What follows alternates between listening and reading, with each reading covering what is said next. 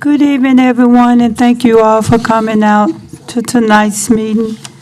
Let the record show that Mayor Pro Tem Cobb is in a conference in Chicago.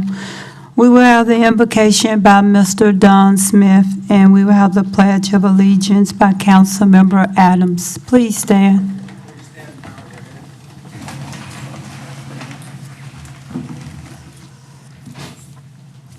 Dear Lord, thank you for all you do for us. We are lucky to be able to attend this council meeting.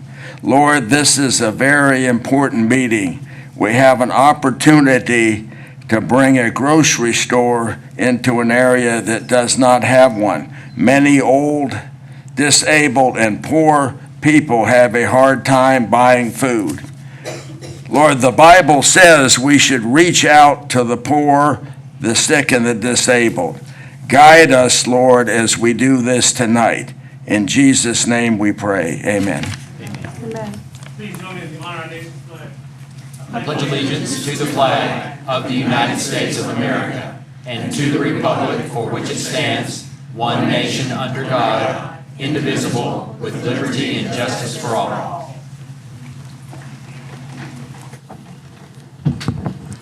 Thank you, Councilmember Adams and Mr. Smith. Thank you both. We will now have an approval of the agenda. Would you please raise your hand, Councilmember Gonzalez? Did you move to approve the? Sorry, could you say that again? Yes, ma'am. I move to approve the agenda. A second, Councilmember Alvarez. Yes, ma'am, second. All right, thank you. We have a motion by Councilwoman Gonzalez and a second by Councilmember Alvarez. All in favor?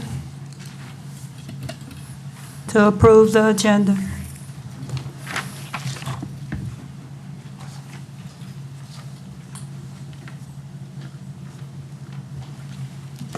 Motion carries 6-0. We will now have presentations. Madam Secretary. PR 23017, Killeen Star Award.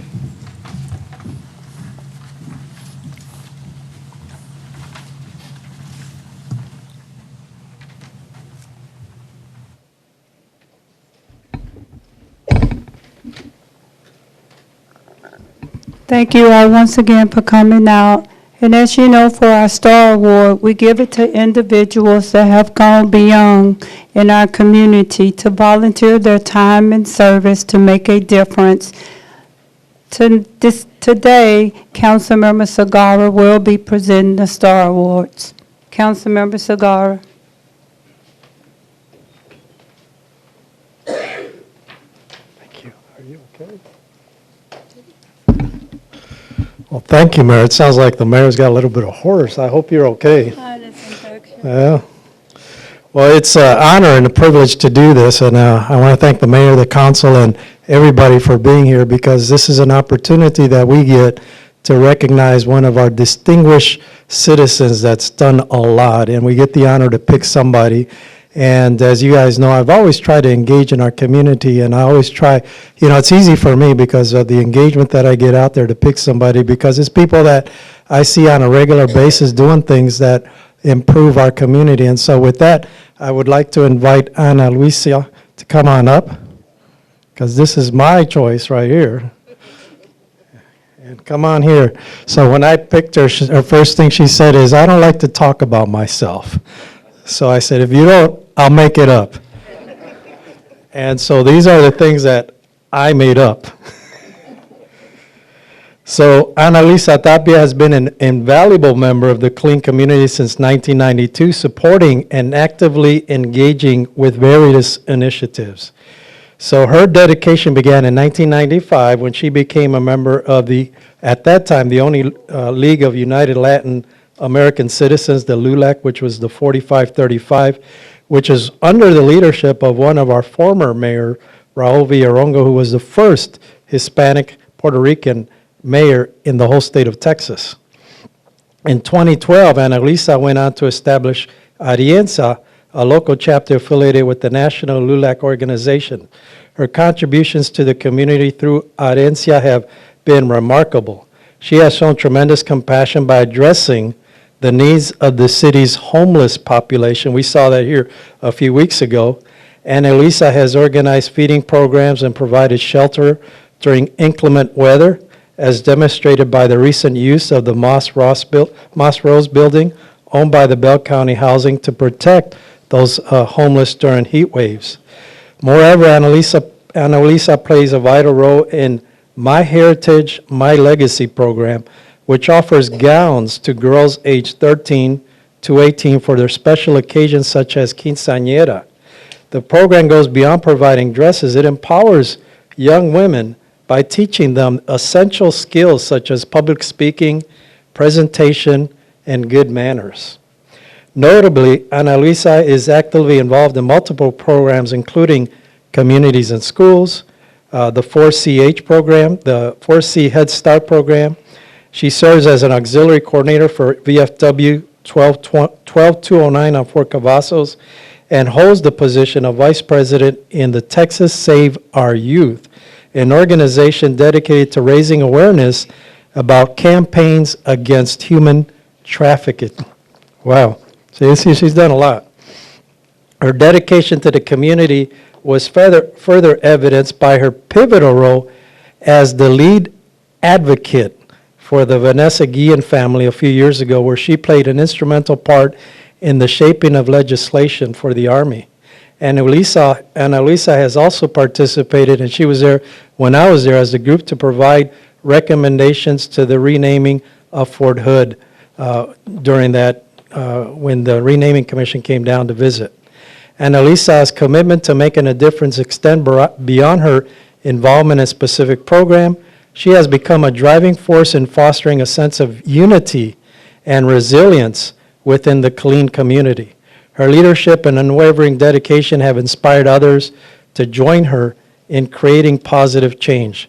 Through her efforts, Ana Luisa has helped bridge the gap between different sectors of the community. One of my favorite parts about her, because she fosters collaboration and understanding. Her ability to bring people together, regardless of backgrounds or belief, is a testament to her remarkable interpersonal skills and compassionate nature. Ana Luisa serves as an inspiration to all who aspire to create change and contribute to their communities. Her selflessness, empathy, and determination continue to shape Killeen into a stronger and more compassionate place to live. She's a spouse of a former soldier. She exemplifies the spirit of service and commitment to others that defines our community. Her legacy will undoubtedly endure because she continues to do so much things, and it will leave a lasting impact on the lives that she has touched and continues to touch every day. And so with that, I want to present her with our Star Award for everything that you do. And that's the stuff that I made up, see?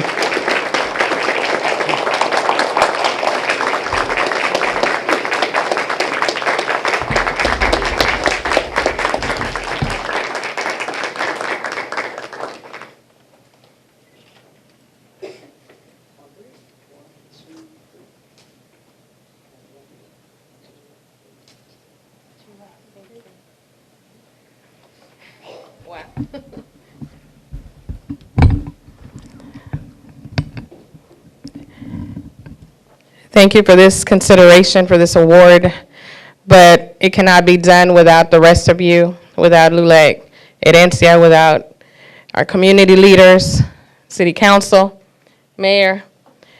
When we come before you and we ask you for help for our neighbors, that's just what it is. We're using our voice for them. We want to make sure that our neighbors, we don't call them homeless, we call them our neighbors, because whatever situation brought them to where they're at, we need to step up and help them be that bridge for the better tomorrow. And so, I'm going to say en español, humildemente, gracias por este obsequio, este regalo, and we're going to continue to work. And so, we're here for the community and in the community and for the benefit of the community today, tomorrow, and forevermore. So thank you for your support, City Council, when we call for you to help us out, to take care of our neighbors. So this award really reflects what you all do as well. Thank you.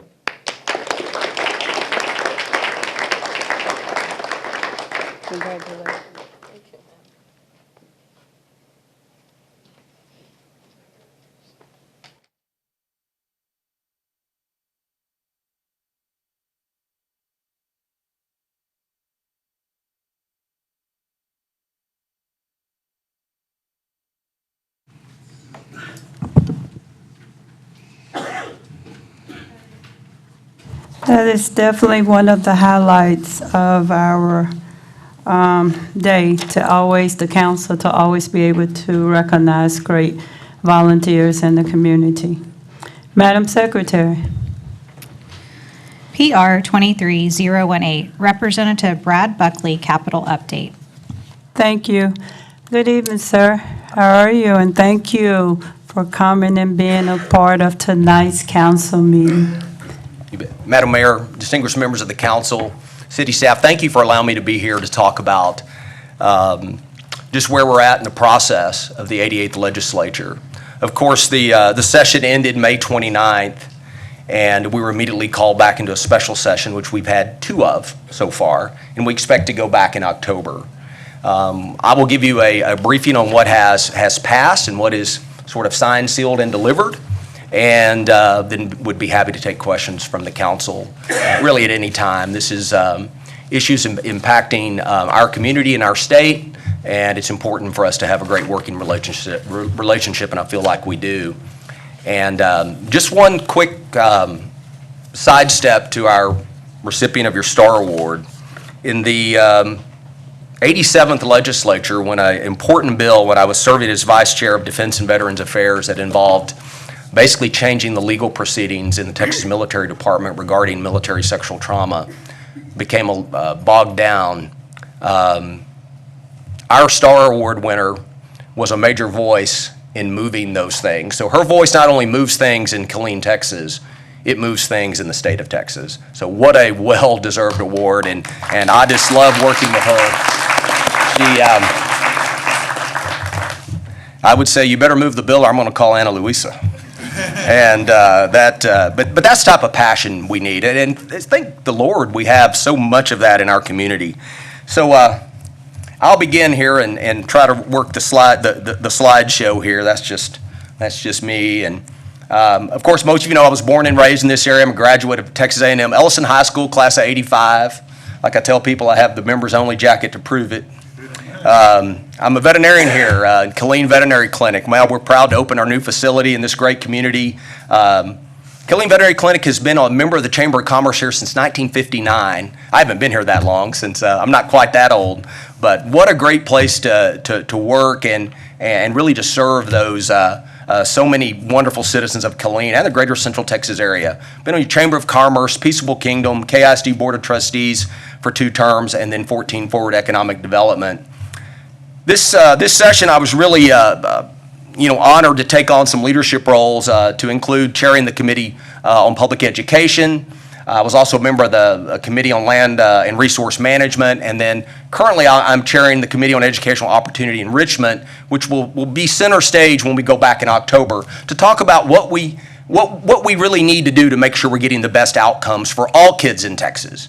And that includes funding and parental rights and teacher rights, and just creating an environment where our kids can learn. We know COVID has done a number on all of us, and our kids probably more so than any. From mental health struggles to academic struggles and such. I look forward to leading that committee. We've already had 2 days of hearings. We worked this morning on finalizing our report that we'll release on August 11th. We'll make that available to the public at the time. It will guide the way as we move forward on education policy in Texas. Let's talk about the budget. That's the one thing the Texas legislature has to do. We could literally go down, gavel in, pass a budget, and go home. The Constitution only requires that we pass a budget. And I would say there are probably some folks that say we wish you'd just go to Austin, pass a budget, and go home. But this highlights, this by no means is inclusive of everything, but I want to just sort of highlight some things that I think are really important, that speak to things that are important for our community. We have $72 billion all in for education. Plus, through a supplemental budget that we do, $1.4 billion for school safety, There's $1 billion for broadband development. And we think about that in terms of rural areas, but I can tell you there are many urban areas that really lag behind. So this really is an equalizer. This is an economic development tool, and the state of Texas will invest $1 billion. You can look outside right now, and you can drive across our lakes, and you can talk about what cities are facing and what counties are facing and other communities. Water is I would argue, maybe the most important issue that we're facing. And so this budget includes $6.63 billion for water and for transportation infrastructure. We'll also speak to some constitutional amendments that will be important, that I believe we should get behind if we want to really exercise the most that we can in bringing more water to Texas, and obviously more water to Killeen and Bell County, and I have some opinions on that. $11.6 billion for mental and behavioral health services. We have a $5 billion one-time bonus payment for retired teachers. There's also a constitutional amendment tied to that I'll speak to here at the end, involving the one-time bonus payment depends on their age. And the reason I mention that is our retired teachers really are a fabric of this community. I can't hardly go somewhere without seeing a teacher that I had in school. That was quite a while ago. And really their pension system was not designed for cost of living adjustments, but we're in the process of doing that. So based on their age, they will receive a one-time bonus between $2,000 and $7,500, and then if the constitutional amendment passes, we'll have a process for them to receive a raise based upon an index tied to inflation. We have $5 billion for border security, $342.5 million towards our Texas juvenile justice system. And that is one, by talking with Bell County officials, I know that we have significant needs. And, those investments are important. We've changed the formula some. We've tried to drive the formula to areas that are in need, not just more on head count, because most state funding is formula driven. So how you write the formula often drives where the money flows. And so we've made some adjustments there. Just recently in the last special session, the 88th parentheses 2, if you will, we passed a $18 billion property tax relief package, which includes $12 billion, which is a maintenance and operation buy down of the school property tax rate. Citizens should see their school M&O rate decrease by, I believe, 10.7 cents is what 18 billion buys across Texas. And also linked to your value that your taxes are calculated on your homestead, the exemption increases to $100,000 given passage of a constitutional amendment. There's also a 20% circuit breaker on non-homestead property valued less than $5 million. That is an appraisal cap. That is putting on non-homestead property that is valued at $5 million or less. The value may go up 40%, but your assessed value cannot increase more than 20% per year. This provision is sunsetted in 26 so that we can take a look at this. I know that when people come to me, and probably to y'all as well, they're more concerned about appraisals. They always talk about how appraisals went through the roof and things like that. And so in the House, our original plan had more policy devoted to appraisal caps. The Senate leaned more on exemptions. And so this is sort of the sausage making where we've come together and we're going to really take a look at the 20% circuit breaker. What impact does it have on values? What impact does it have on economic activity? One of the things we think about business property, we think, it's gazillionaires that own buildings. Let's remember in a triple net lease, it's that small business owner that leases 1,000 feet that's trying to get a foothold in that bears a burden of that property tax increase. And so often we kind of get wrapped up in, I think, the big, the large buildings and things. That's why this one is limited to properties of $5 million or less. And I believe this is going to filter down to those small business owners that are trying to make their way. We'll also have newly elected positions on our local appraisal boards. We're going to bring more transparency, more people, just citizens, if you will. The most important of what we do, our constituents, correct? And so they're going to have a role on our local elected positions on our local appraisal boards. And we'll also double the current franchise tax exemption to $2.47 million. Franchise tax, as you know, is a gross sales tax. and or gross sales receipts tax. And so basically, it's going to, if your business grosses 2.47 million or less, you are currently exempt, and it removes the requirement to file a no tax due franchise tax return. So I've had businesses, they don't gross anywhere near that, but you still got to fill out all the paperwork. Now, if you don't gross, it's easy to do. Keep this in mind. This is school, basically focused on school, and a lot of our school funding is based on property taxes.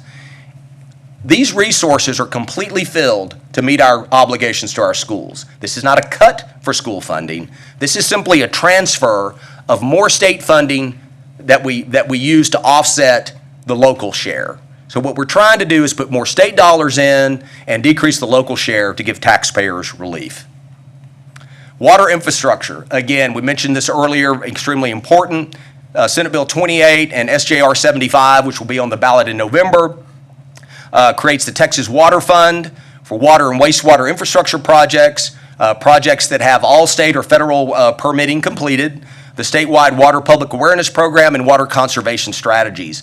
The plan overall is much more detailed than we have the bandwidth to handle tonight. But if you'll think about this, 7 million acre feet of new water into Texas by 2034 is the goal. And I think we can speak to the fact that we certainly need that. You're going to find the future of water in Texas is really going to be, I think, multifaceted. And it sort of lays out like this.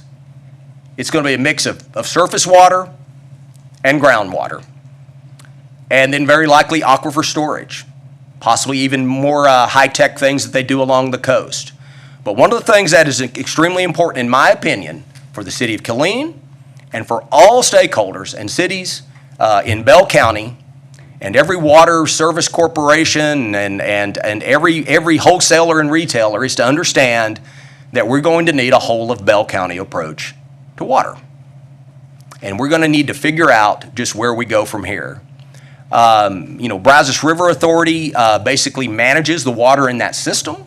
And, their goal is basically to provide the water that is basically purchased and owned by their customers.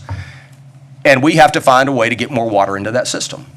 And there are many ways to do that. There's a reservoir that's in the process of being constructed down south. And, a lot of people have said, well, if it's down south, how does that help us? The reality is, if that could provide some of the water that some of the legacy rights holders, the Dow Chemicals, what I call the rice farmers of Fort Bend County, they've had these rights for forever, and they're kind of the first ones to get their water. If there's ways for us to take some of this runoff, this 80-something% that runs off into the Gulf of Mexico, harness that, use that as a source for our downstream partners in BRA, basically, our legacy right holders, then it's going to free up more water upstream, if you will. And there's also talk about, accessing groundwater. East Texas is groundwater aplenty. I-35 is a great dividing line. I live about 4 miles west of I-35, and my personal home has groundwater. Not piped by a wholesaler, but comes out of the ground behind my house in the Middle Trinity. And it's stressed like you can't imagine right now. You go across to the east, you go 4 miles to the east of I-35, and you have water everywhere. And you go further to Milam County, Robertson County, Lee County, and there are literally what they describe as oceans of groundwater. So I think the challenge will be is, as everyone lines up, as the San Antonios already have, as Georgetown already has because of development in Williamson County, I should say Williamson County, not Georgetown, I think it is time for a grand discussion, if you will, on what we're going to do to make sure that we're sort of in charge of our own destiny, that we're in control of that. So that's my editorial there, but that's sort of what I see is what's going on when you look at what's at stake here. The disabled homestead exemption remains, I know, a real pressure on city budgets in Bell County. And so I'll just talk briefly about kind of where that issue went this session. My colleague, Hugh Shine from Temple, filed House Bill 1613, passed the House. Committee substitute passed the Senate, and the House and Senate authors basically couldn't get together, and the bill died. The current reimbursement program that the city of Killeen benefits from remains intact. Okay, there's $19 million for the biennium. It's not as much additional money. It's not additional money like we wanted. But we were hopeful that the Senate and the House would get together on 1613. 1613's original plan was to be a statewide fix for this problem. It was a $400 million bill. And so that caused some consternation in the Senate. However, I would note that the bill was heard. The last three legislative sessions, this issue cannot even receive a hearing in the Senate. So there's progress there. There's things to celebrate there. But I will tell you, there is still so much work to do on this. One of the things that the city manager and the mayor and I have talked about is as these changes to this system had sort of been proposed, I think with really good intentions, our goal is to make sure that whatever happened, that the city of Killeen, that Bell County did not go backwards. We're in a program that's extremely important. The reimbursement is crucial to the city budget. So we did not want to go backwards. And so I can tell you, as long as I'm blessed to be in this seat, I will always make certain that any addendums or modifications to this program would include to make sure that those currently participating continue to grow and receive more funding, not less. Because the fear is always this: there will be a pie of money, and it depends how many people you allow to get a slice as to what size you get to get. And so if you look at the rate of growth of this exemption, you can see that those slices could get very large by many, many people very quickly. So I think that's going to be crucial as part of a legislative agenda and legislative focus in the future, is to make sure that we keep our eye on that, and I certainly will. House Bill 2127, the Texas Regulatory Consistency Act, is one that basically establishes a singular baseline of regulatory consistency across the state. It returns the historic exclusive regulatory powers to the state, and it allows municipal governments to focus their efforts on budgets and those essential functions, and it invalidates any local regulations that conflict with state law.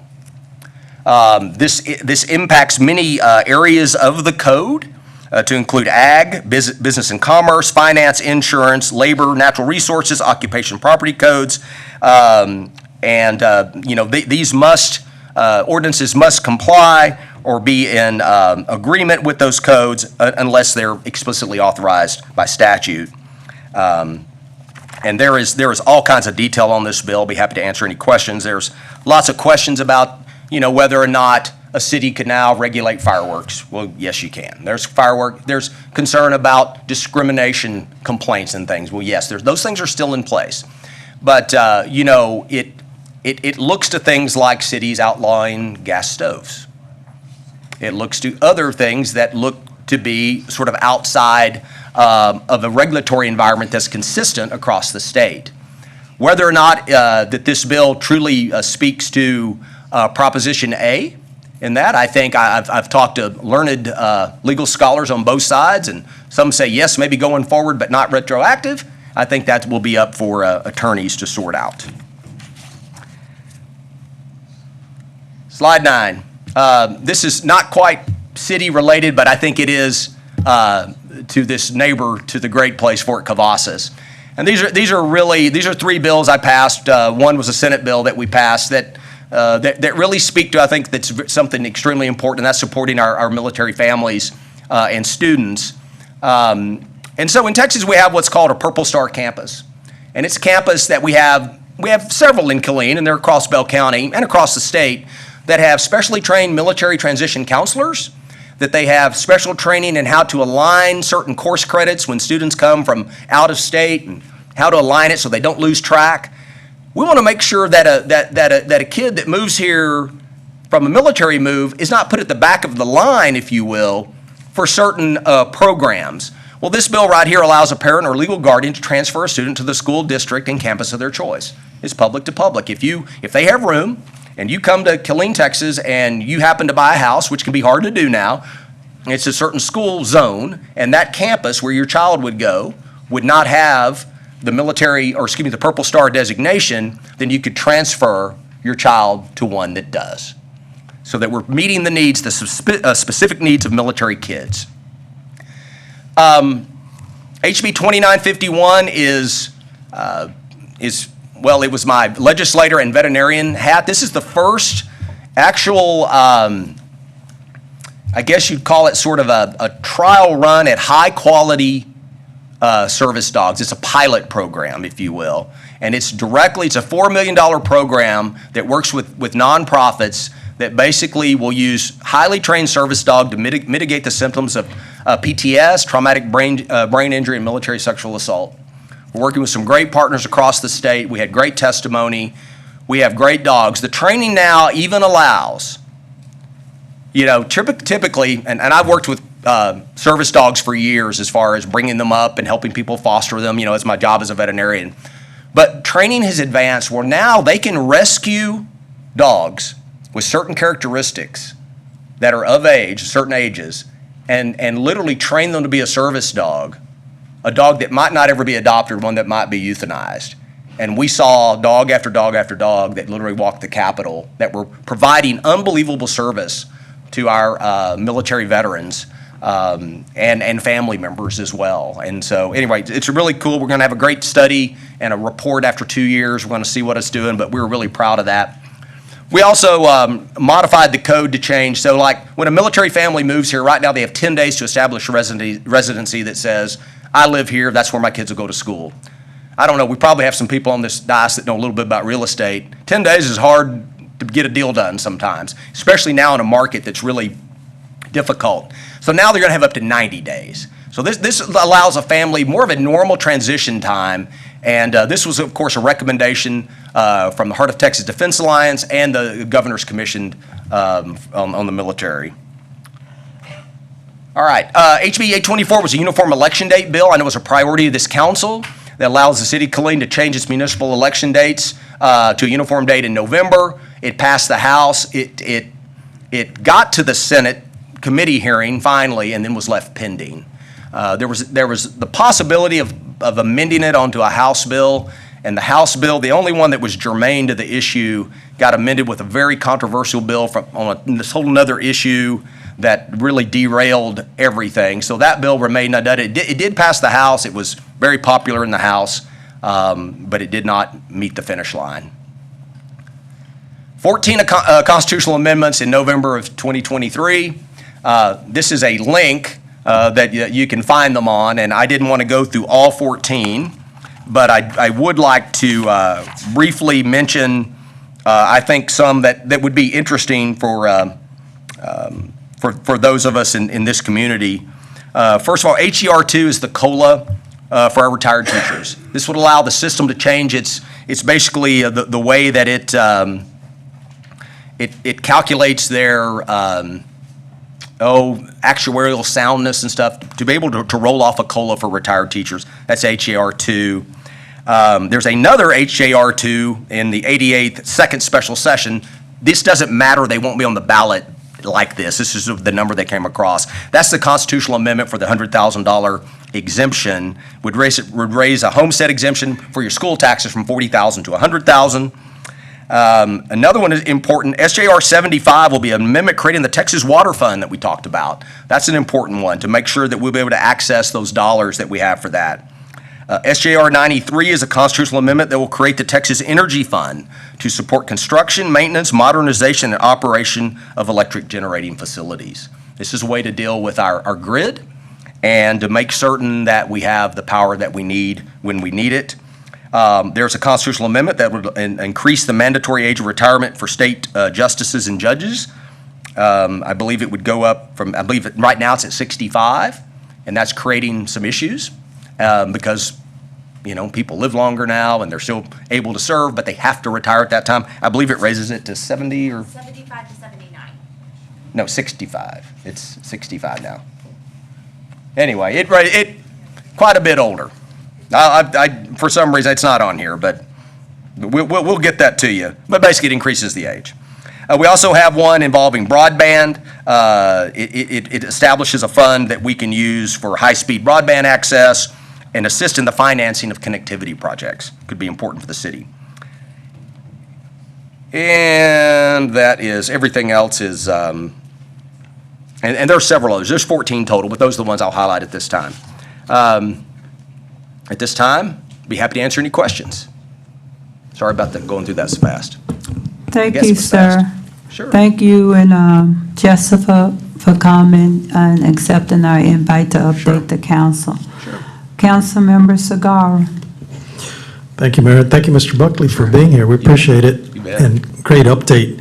My only question, you mentioned HB 2127, and you mentioned about the invalidates local regulations. And one of the things that I made mention before, what brought us into the situation that we're in is because, our charter here locally stipulates that if council votes against something that's brought forth as an ordinance, like Prop A, and when it was first brought before the council, it was a unanimous vote against it. The council turned that proposition down completely.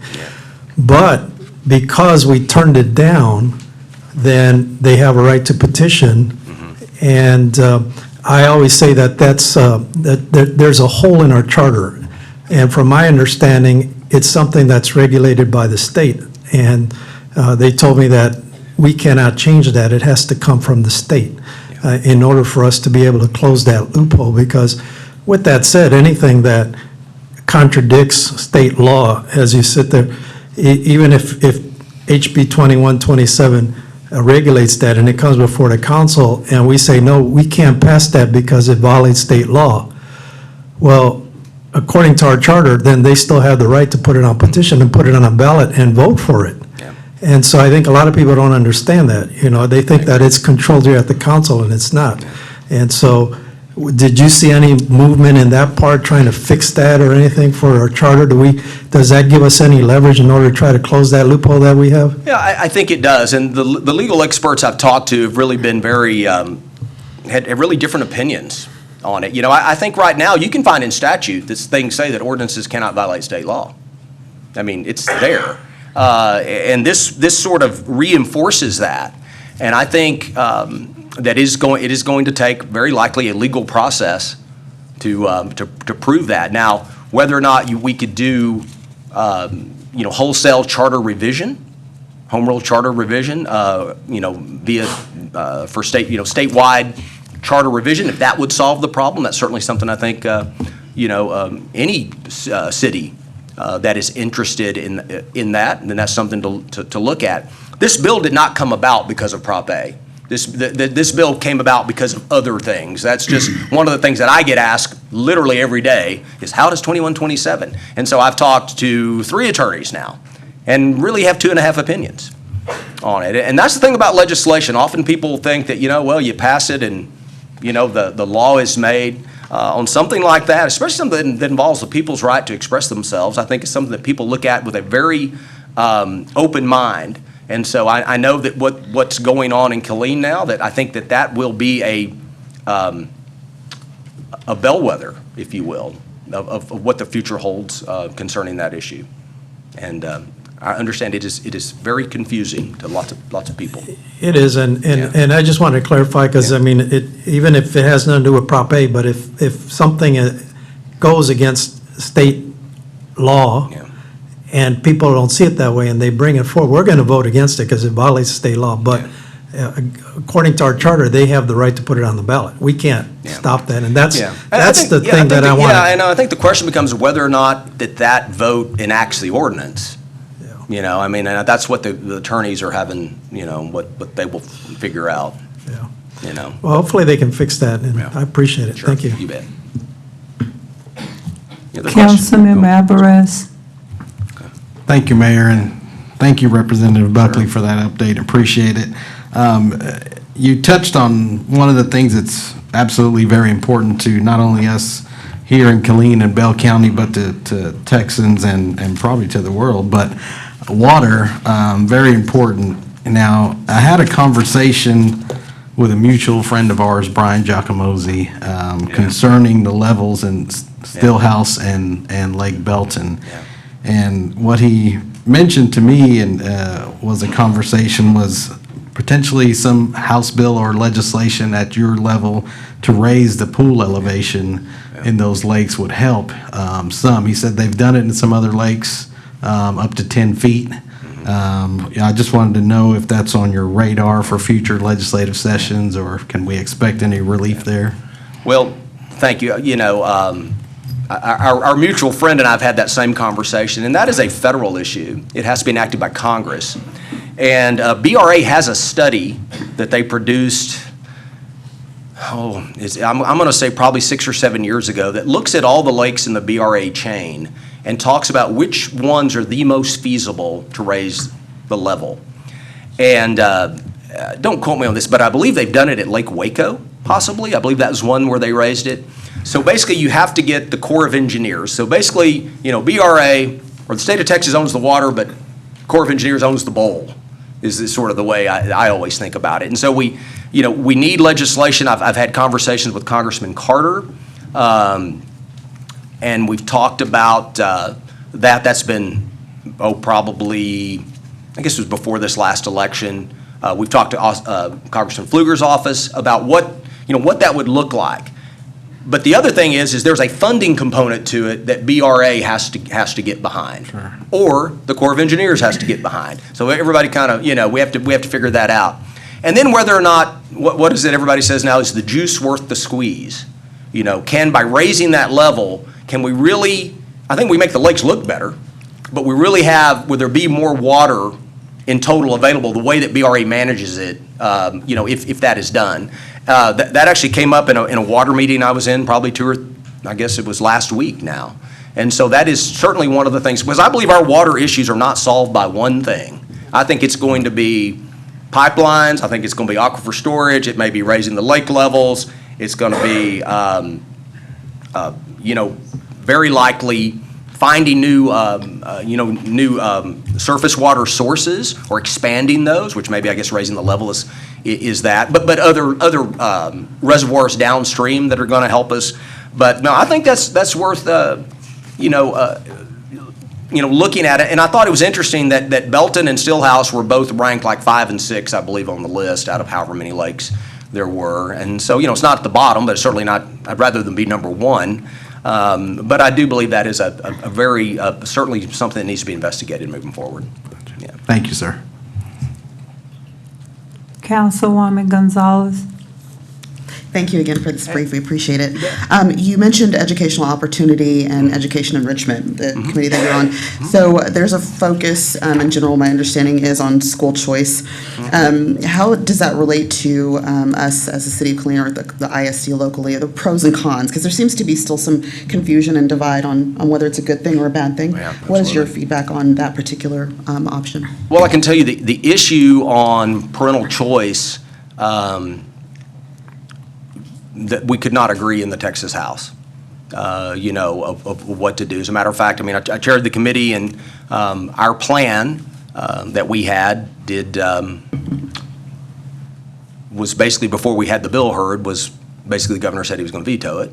So we heard the bill, and then we just, it's a contentious issue. It's going to be a lot of negotiation. And so, that will be one of the things on the agenda come October, I believe, that's when the governor, I think that's when they'll call it. And so we'll go down and we'll hash it out. We talked about it for 2 straight days on July 11th and 12th, and we had great feedback. And there's lots of concerns on both sides. But I can promise you this: our public schools right now are suffering just like the city is in terms of what inflation has done to budgets. It costs more. And so my goal, and I've said this at the hearing, is to make certain that we fund our public schools. And so, whatever happens in the school choice arena and the parental choice arena, it's going to have to be alongside that we have to fund our schools. And we're hiring teachers, well, heck, we're about to start school. Teachers are hired, and probably more need to be hired. Raises need to be given. And so we have this, and we have a sort of a standoff, if you will, between what the House can agree to do and what the Senate can agree to do.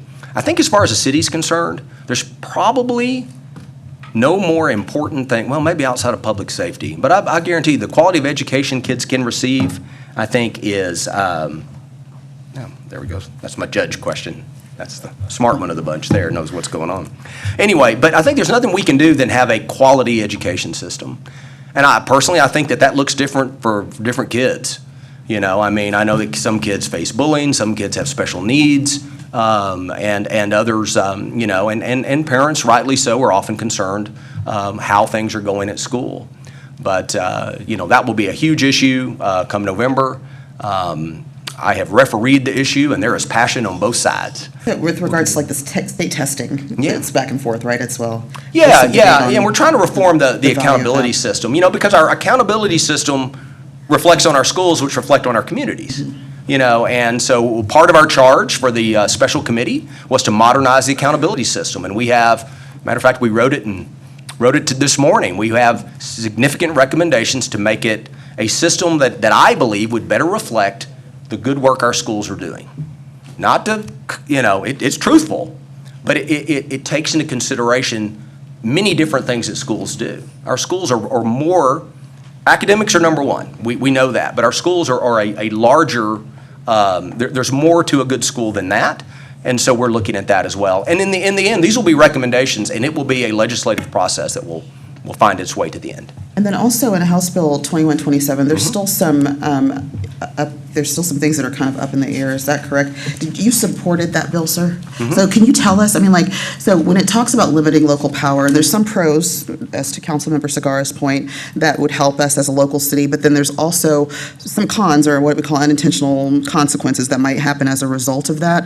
Do you have any fears as it relates to this particular bill, as it relates to the city's ability to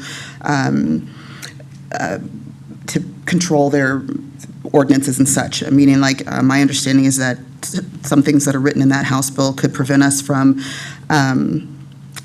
potentially how we fund our public transportation, how we, you know, could block certain ordinances or benefits to workers, such as paid leave. Should we be concerned? What's your position, or what is your thought as it relates to local city, as it relates to House Bill 2127? I believe, like any piece of legislation, there's always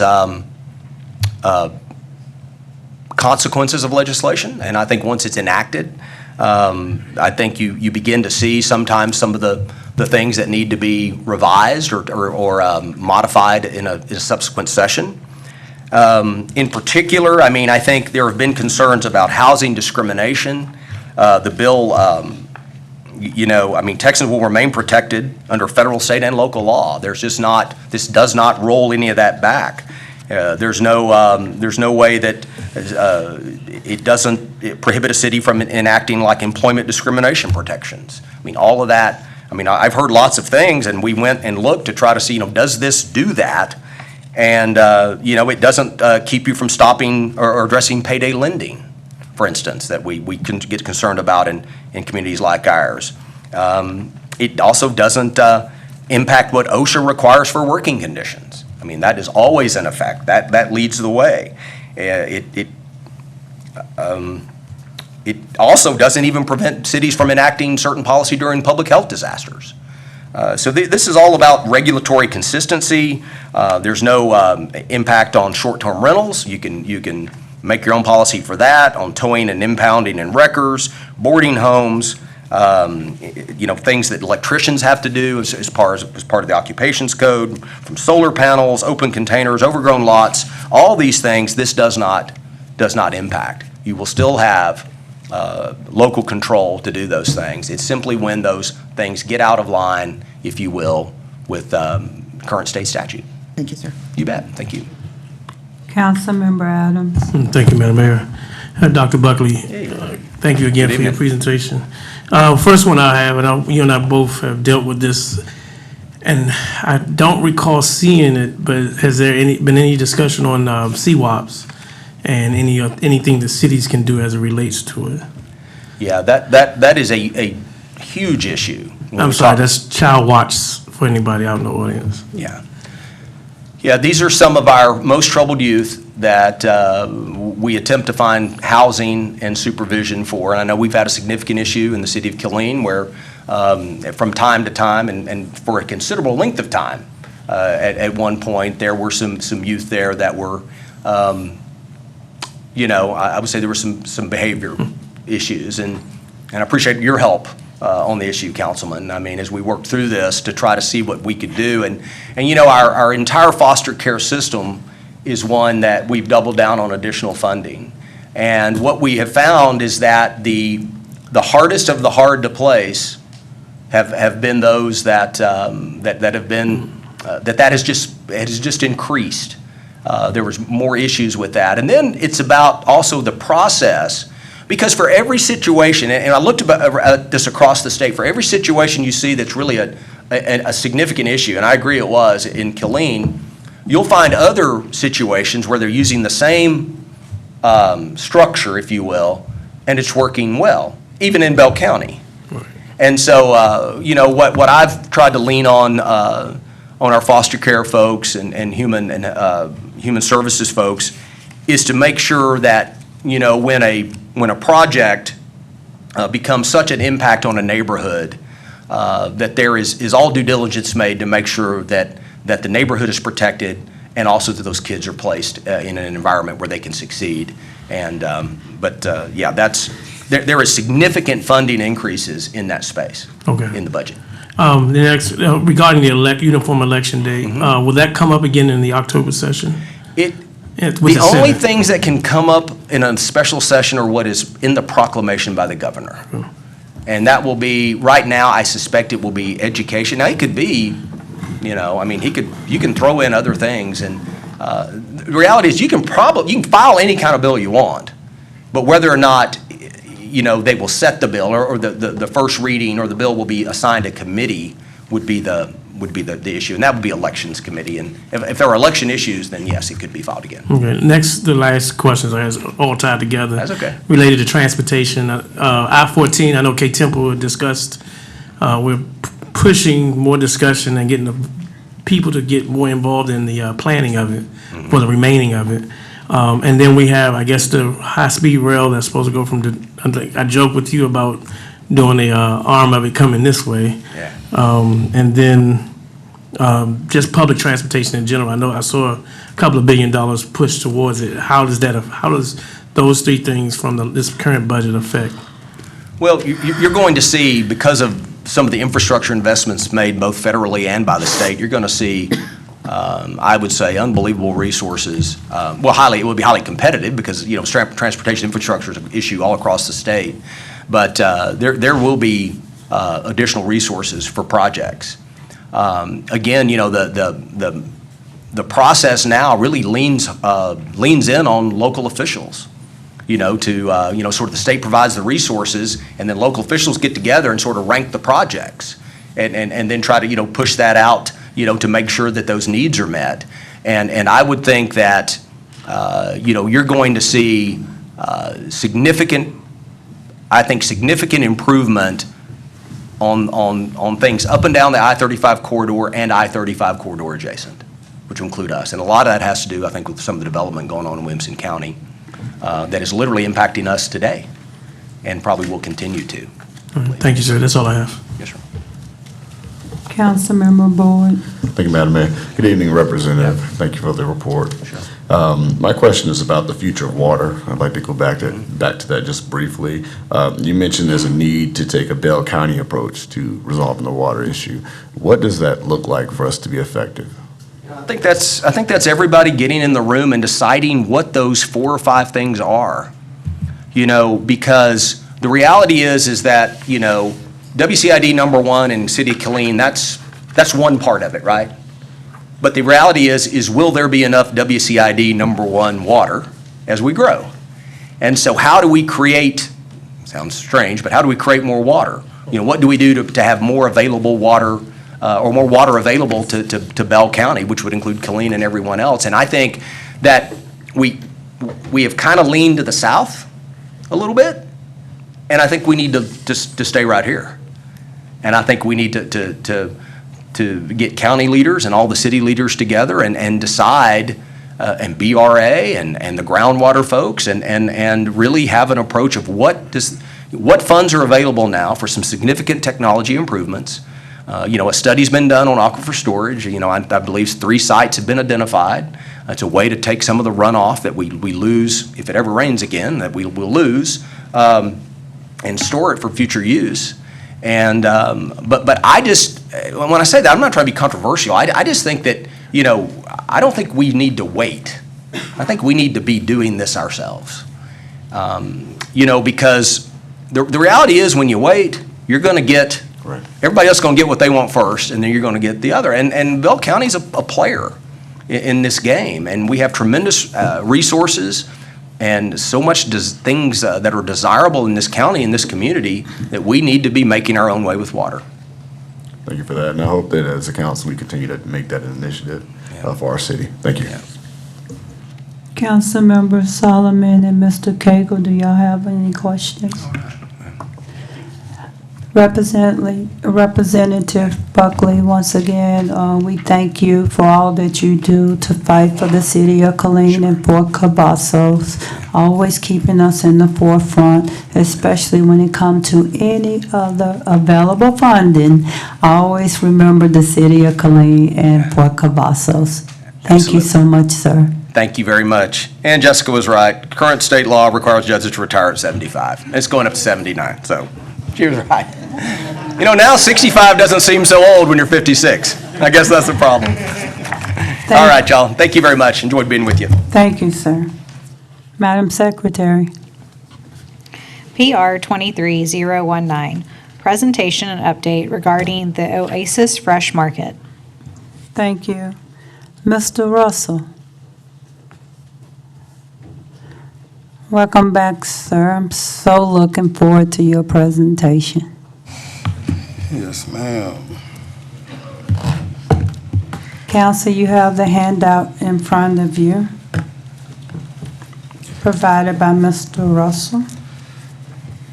Good evening. Thank you, Madam Mayor, City Council members, as well as the City Manager and the City Attorney. Just on a quick update to your front, everybody, right now. Mr. Cagle, yours is in the email. I printed 7, so I appreciate the update by Ms. Laura. So as you see right now, to your front is the grocery store market study that was complete by AWG. So what I want to do is go back where we came from, where we are, and the way ahead. So the City Council, of course, approved a set aside of $42,000 for the grocery store market study and construction feasibility. Oasis Fresh Market initiated the study and invested $2,900 for the study.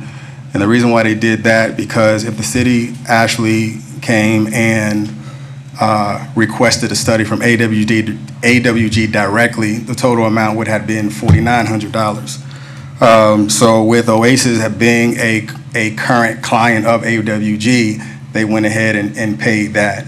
Again, just for clarity, the City of Killeen did not give Oasis $42,000.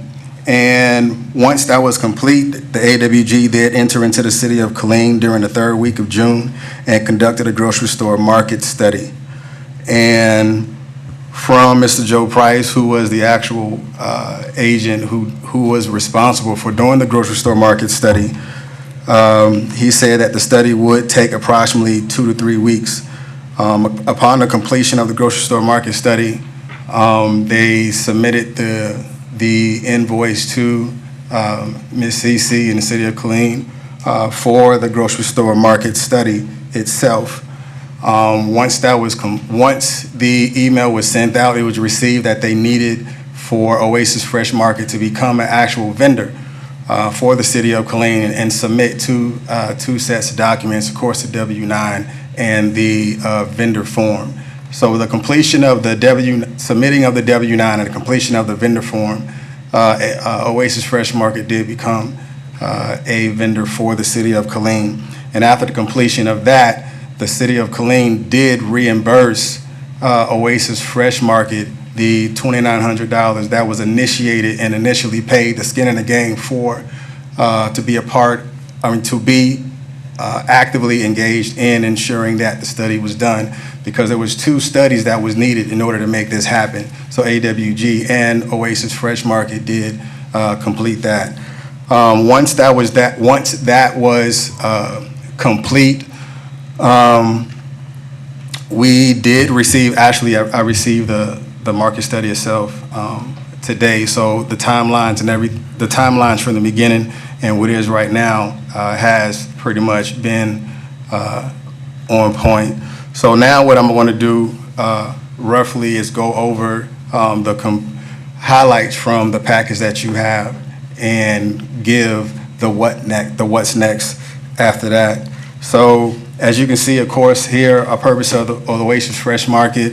From the study that you have to your front and everybody that you can see right now, in a grocery store market study came out, there's 58,718 citizens in the target market right now. And I'm going to go over rough highlights on what you can see, and then we're going to go over the next steps. So as you can see right now, the trade area, for those that's watching the screen, whether you're watching inside of the facility or online, the trade area is the area where the grocery store markets, the grocery stores are going to be. And as you can see right now, this is a competitive map for the grocery stores that are currently in the area and also within the vicinity. You see the Deliciosos. I'm sure I said that wrong, but it's okay. Everybody know where it is. Meat Market, of course, O-Mart, what everybody knows, HEB, the Walmart, and as well as the Walmart, the neighborhood Walmart stores. So the next thing that I want you to pay attention to is you have the trade area and the dynamics. Again, identifying the trade area is the population of the people and the citizens that is in the immediate area. And there has been a 2% increase from, of course, the 2010 consensus, which that initial number was 57,579.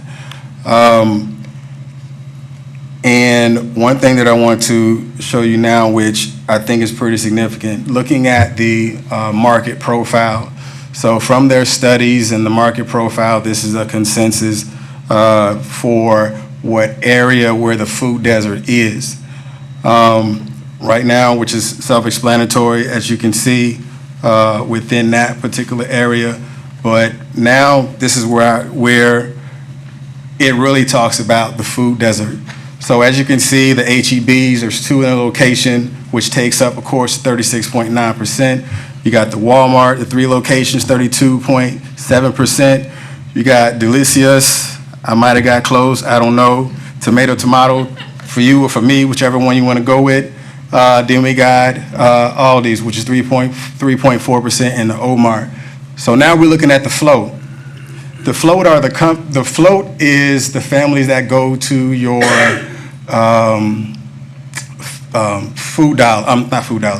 Family Dollar, Dollar General, gas stations.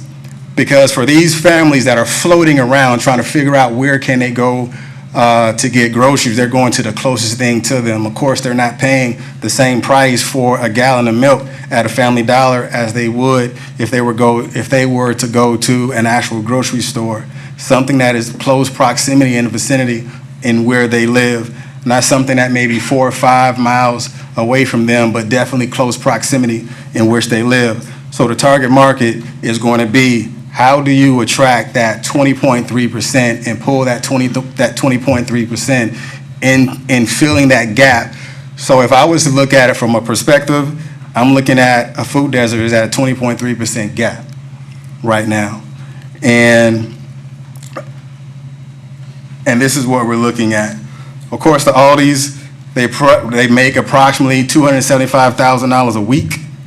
You got Delicioso, I may be right, I may be wrong, cool. You have them making $300,000 a week. You have HEB making $2 million a week. The HEB Plus makes $2.2 million a week. O-Mart makes $100,000 a week. The Walmart grocery store, the Walmart neighborhood market is $550,000 a week. And the 2 Walmarts is $1.4 and $1.2 million. So now let's talk about Oasis Fresh Market. Looking at the first year-end weekly sales is projected for the 14,500 square feet of Oasis Fresh Market. With the area and the demographics, Oasis Fresh Market can make $117,000 a week, which definitely puts them in a competitive market, because we already know that it's 20.3% that the food desert is open for the families that are floating around trying to find food. So Oasis comes in making the $117,000. So I would employ for you to take out your cell phones, put in $117,000. There are 52 weeks in a year. Multiply $117,000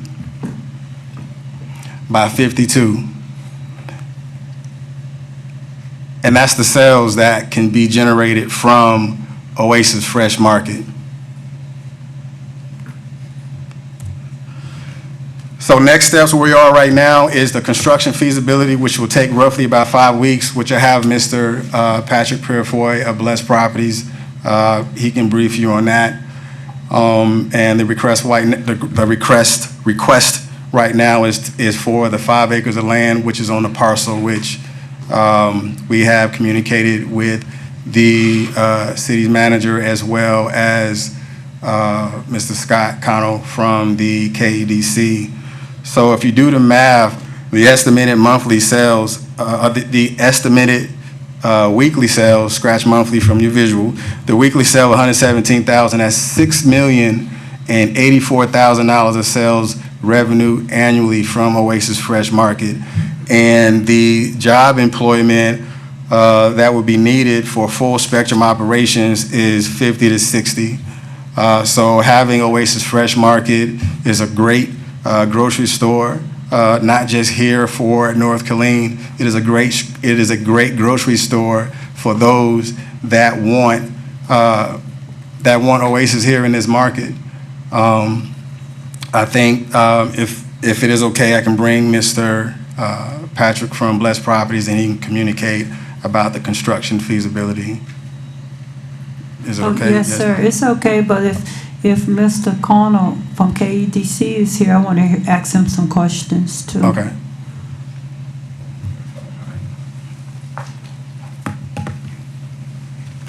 Oh, Mr. Bless could have gone first. I'm sorry, I didn't have an order. I apologize.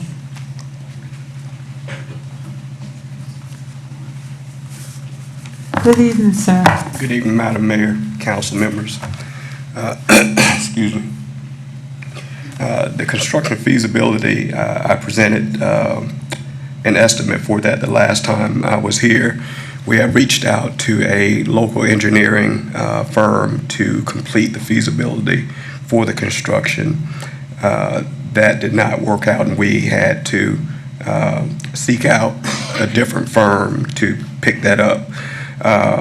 That will be emailed, if it has not already, that will be emailed to Mr. Cagle for review. Once it is approved, the estimated timeline to complete the feasibility study is 6 to 8 weeks, and then we'll have more information on that.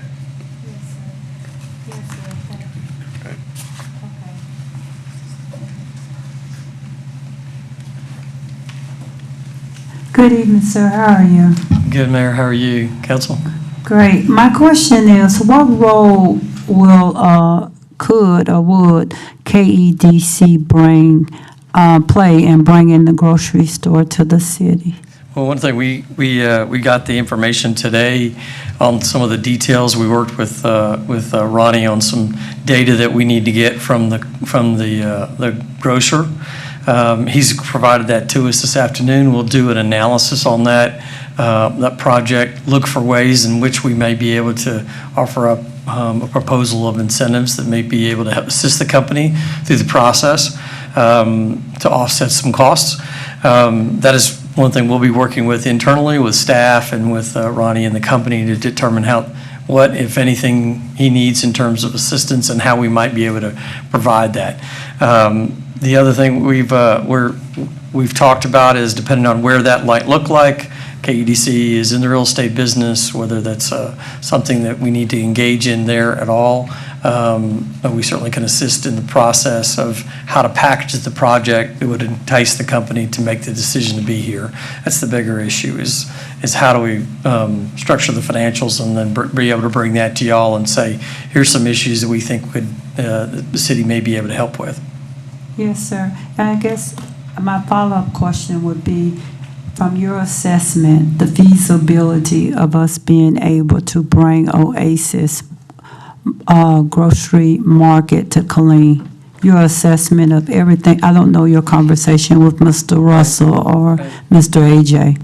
Well, I think this report is very telling. It's an outside group who's analyzed the community, and it's specifically in the area based on what the site is. This is very, very good information, and this is where we start. It says from their supplier that we think there's a market here. And then the question then becomes, how does the company help us craft a facility and what else beyond the market study do they need to help them get there? That's kind of where you start. Do you have a business here? And it sounds like there is a business here. That's the first step. I feel like we just got this information this afternoon. We think that the next couple of weeks we want to sit down and make sure we get everything's correct, or look at do an analysis on it in terms of return for the city and see if there are any ways that the city could assist in that return based on the return they're going to get. Yes, sir. Thank you so much. Sure. Oh, do anyone have a question for him before I move forward? Councilman Boyd? Mr. Russ, I do too, so you do. Councilmember Cigar, do you have one for Scott? Just real quick, because I know I've been on KDC for a while, and one of the things that we do at KEDC when we're working with a business that we're trying to attract, and they're bringing in revenue, at least what they say on paper. A lot of times what we do is we do performance agreement, right? So is that what we're talking about here, is kind of figuring out a performance? Because I just want to, and I could be wrong, and the impression that I got in the beginning is that we as a city, they're looking for the money to start this up, and that's not a performance agreement. So I just want to clarify that we're both thinking on the same line, as KEDC and as them, because from my perspective, we may be on two different things. You're thinking performance agreement, they're thinking the city's going to fund this. So I just want to make sure we're clear that. No, I think that's the issue there, and I think this is why the study is important. That it says that there's a market here for somebody to be able to take advantage of. So that should set them in a position to be able to start analyzing the costs associated with doing this project. Where's their gap? Yes, we are a performance-driven economic development process. So it's usually in the back end. There may be a few things that you can help on the front end, and that's part of the analysis. But generally speaking, it's what are they bringing to the community, and with that, how do we help utilizing their impact to the city, taxes collected, paid by them directly, what's available based on their performance, can we provide back to help them offset some of their overall costs? So it's kind of an eat what you kill scenario. And that's what everybody's business does. They have certain jobs, impact to the community. We look at what that's going to be, and then there's a performance every year based on whether they meet those goals. So Yeah. that's, I think, what we would expect to be in this as well. And just real quick, last question, if I may, because they talk about feasibility, and that's a good thing, and I think that they have the right idea, and so they're doing a great thing to try to bring this forward, and I think that we have to ask those tough questions, unfortunately, because we just have to make sure that even though it's something that we don't want to invest, and then it just, doesn't pan out, because we've seen some billion-dollar companies that don't do so well with everything paid off. But when I think about feasibility, they mentioned feasibility studies. It's more than just the general population and all that. From a business perspective, what a feasibility study means is, are you going to make money? And ultimately, and it looks like, based on those numbers, they are. And this is something I'll ask them when they come up. But, there is a lot of expense with grocery stores. And so their profit margin is very minuscule. And so you need a lot of traffic. And so just from the get-go, just getting a piece of property wherever that's going to be in the millions before you even build a building. And so that's always been the challenge with us, trying to get somebody, is that even though it looks good, the problem is how many people on a daily basis are going to be using that and making a profit. And that's the challenge that we always have, so. Yeah, it is, and I guess it's with every business, right? They got to, the market's there, you got to go out and get it and provide the right product and mix and all the things that go with it. So certainly, I think this study just basically says, here's the traffic, here's the population, here's the incomes. They looked at it's a good analysis on the core area. And I think that's and if they see that that's an opportunity, then I think the next step is, well, what do we need to do to assist them in getting here? So. Councilmember Adams, is your question for? It may be either one of them. It has to do with Okay, location. sir, he has a question. I saw that, like in the beginning of the presentation, it discusses the location. Is that the only location, and was the feasibility study just focused on that location? Oh, so that we have other options? The feasibility study was just set for that particular fixed location, looking at the city parcels, looking at the parcels of land that the city owned. Of course, the other parcel of land, I think it would have been more of an issue than a help as far as the way the land was located at. So with this particular parcel of land, the visibility is increased, the accessibility is increased as well, and as far as transportation goes, it's right on the same route. So it's literally right across the street from a bus stop. So I looked at all of those things and what's the best fit and the best area for a parcel of land. I guess, Mr. K, if, because that's current city property, we don't have to do a traffic analysis for this, that's not included? That's a part of the Okay. construction. Mhm. All right, thanks. Councilmember Boyd. Thank you, Madam Mayor. Good evening. This question is going to be for Mr. Connell first. Is it possible, or is it likely that should we move forward with this, the property next to this gets developed where a potential grocer comes in, creating additional competition? Very unlikely. Very I unlikely. mean, they almost never go next to each other. I mean, I've never seen it. Maybe you see some big boys, a Walmart and an H-E-B maybe around the corner from each other, but that's not most likely going to happen here. It would, however, provide an opportunity to drive other development that could be complementary to it. Sure. Healthcare, other retail, offices, a variety of things. That property is on the market actively. Right. It is a good hard corner that offers space on both sides of the road, so the 38th entrance here could have access. So what we see is that this could be the spurring of other development that could occur, and that's, I guess, what you want. Not to have one singular development, but to have multiple development opportunities. So. Right. It's a great location for that. And thank you, Mr. Connell. Mr. Russell, I just want to say thank you for working towards this. Thank you for the data, interesting information, especially about the floating, population that's floating back and forth between Dollar General, Dollar Tree, and I guess Family Dollar. That's an unfortunate situation. I did want to just lightly challenge some of the data here. I know it references the 2010 census, and the decennial recent one was 2020. Trying to see why we didn't use those more current numbers.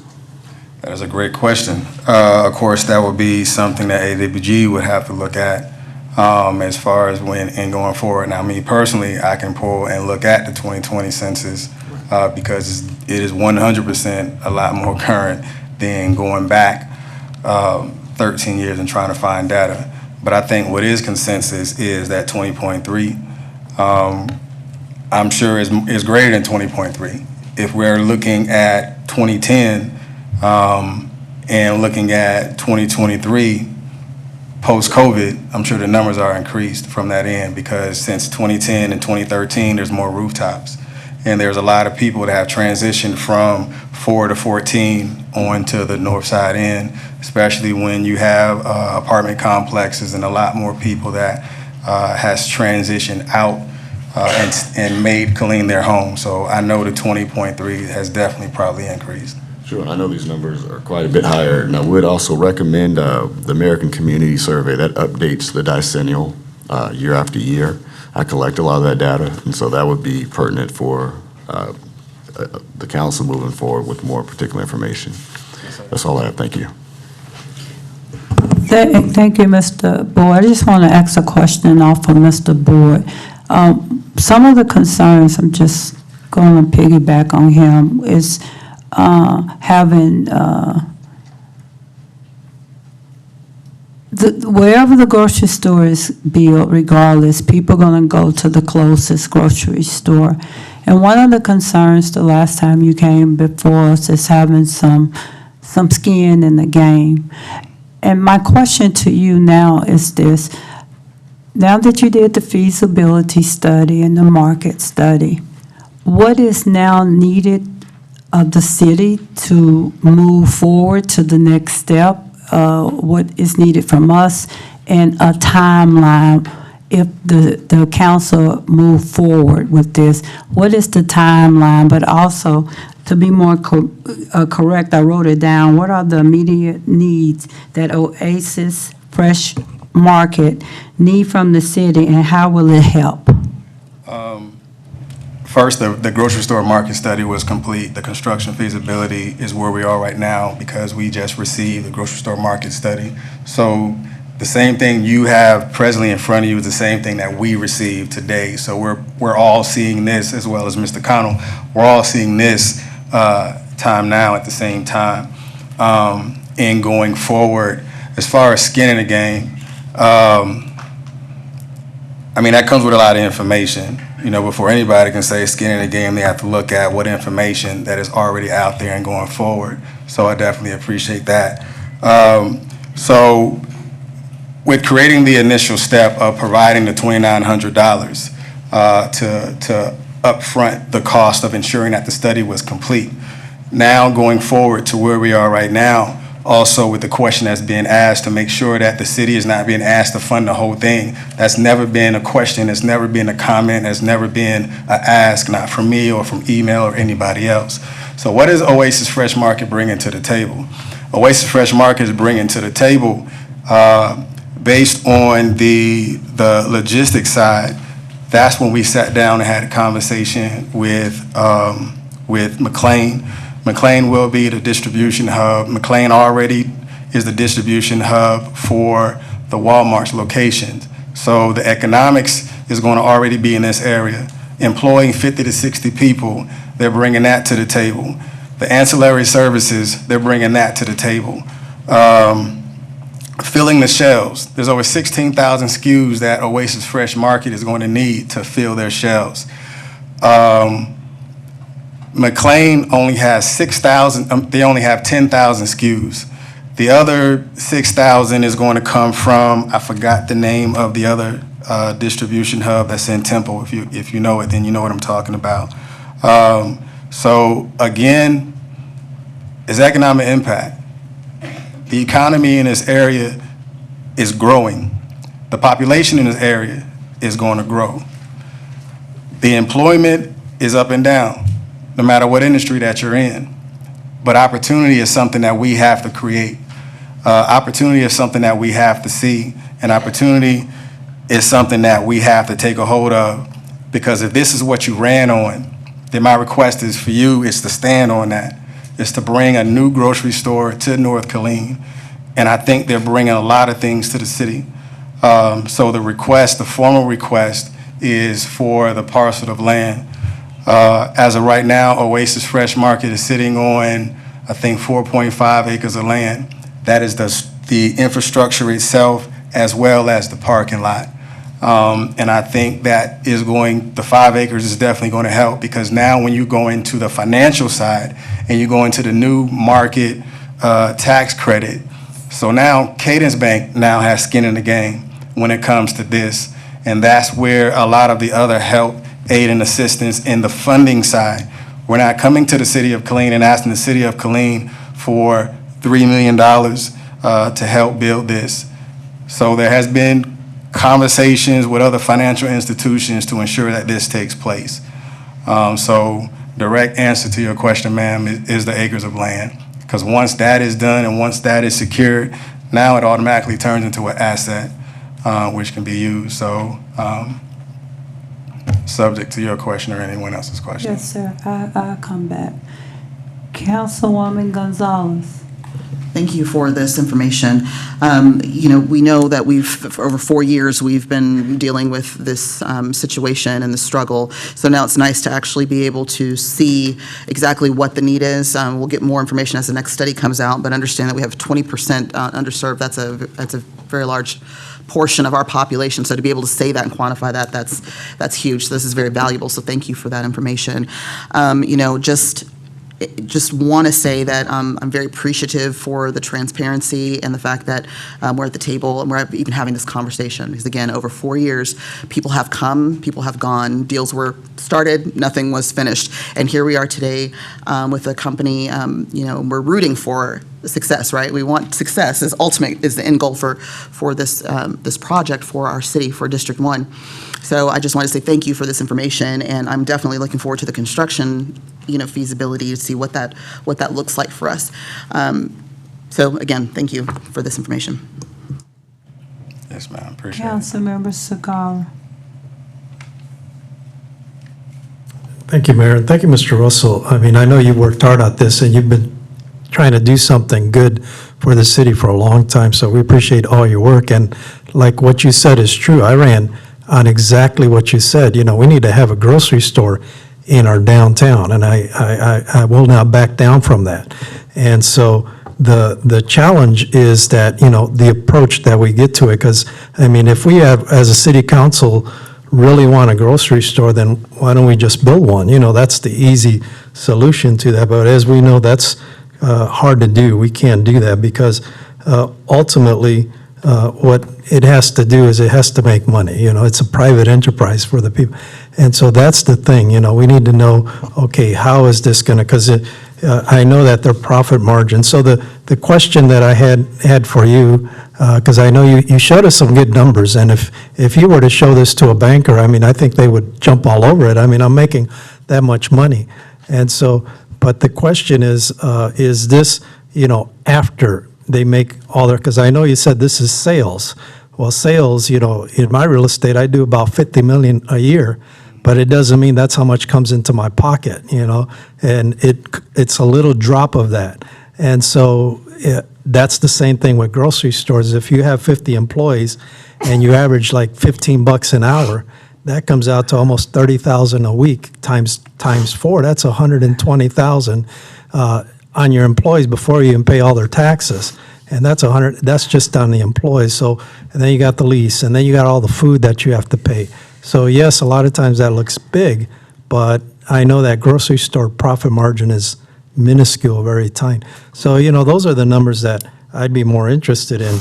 Ultimately, what is their profit? And like I said, I want to move forward. I think this is exciting because we all want to do that, but we just want to make sure we're doing it the right way and get those numbers as we can. Otherwise, it's just a hope and a wish that that it will work out. And sometimes that's all you have to go with. But we just got to make sure we do all our due diligence to make sure. And like the mayor, ultimately, it's going to come down on what we as a city can do.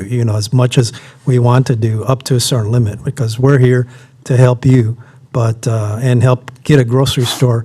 But we just need to know, what it is that we need to do. And I know on this presentation, when I first opened it up, I think it's on the second page, it showed that corner on 38th Street in Rancheria. And I know that that's a high-value piece of property right there. And because we've had these conversations with that developer, and we've lost a couple of times major grocery stores for, $175,000. So, but my time's up, so if you want to comment on anything I say, by all means. Mr. Connor, could you please come up?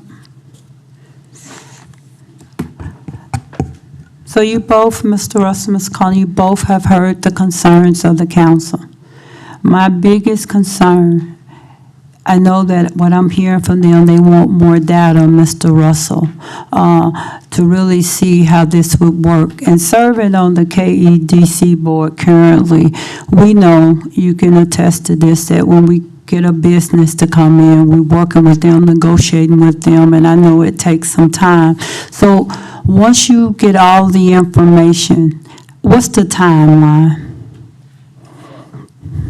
Well, we had a conversation, and one of the things that we're interested in doing together is to actually go to Oasis next month, just to see physically in the space about it.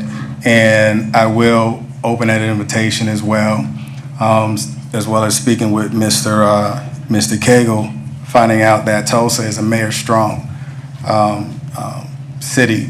So I would definitely say at a minimum, Mr. Cagle, the mayor as well as a district rep in that area, because I think it shows not just community, but it really shows like what we can do when we want information, go get it.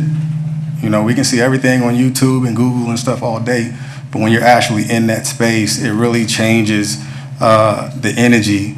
You know, from here we can develop energy, but when we go there, we come back with different experience and we carry that on. I think from I don't know, it might start after that. You know, what do we see? Because if there's data that we need, we're there in the room and we can ask that information. And if there's any closed door sessions that the mayor and the city manager and the district rep want to have, by all means, you can have those closed doors conversation and then come back with as much data as you need. Okay. Yeah, as I mentioned, we just got this information on days we all did. And so we've been able to very briefly kind of put it all together, but we've got an analytical software package we use. We've got to put that through the system, look at what that is telling us the impact of this project would be, identify what that might look like. And then really, we talked about it. I think it's really valuable for us to go and sit down with Mr. Johnson and talk to him about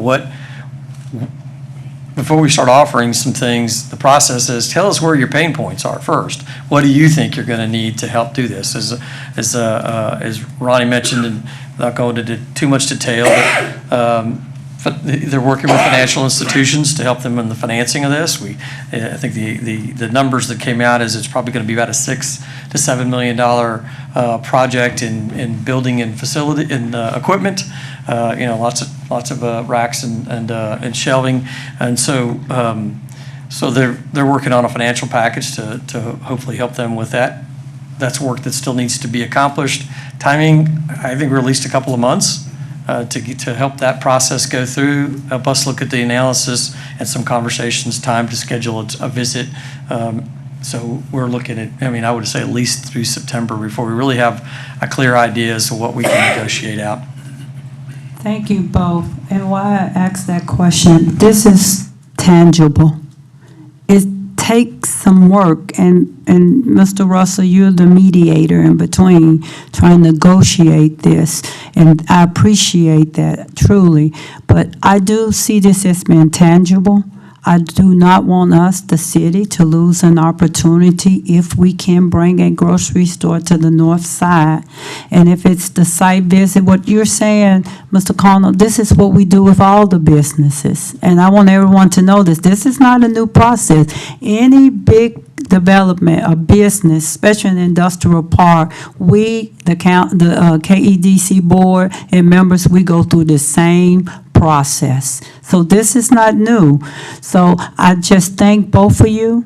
I do want to go on that trip, and not just for the trip, but I want to invest my time in something that I believe in. And I know this can happen. We just cannot say, oh, it's about money. It's bigger than that, because you just stated to me that they're looking in how they're going to financially finance this grocery store. So it's very important to me that we exalt every avenue before we just say no grocery store. We don't want to do it because we need it.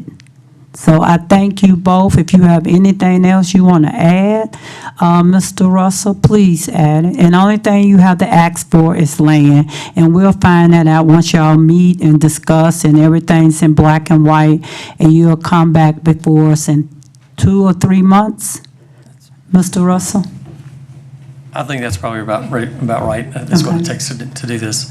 I would say we as in all projects, as you learn the needs of the business, every business is different. Everybody has a different issue. You're learning about their operations as we go. That's part of the benefit of going to see them is what makes it tick. What's different about this operation than a large HEB or whatnot. And so I think learning about that, and then the more we know, the better we're going to be able to help them identify the best way to serve them as they find an opportunity here. So lots to go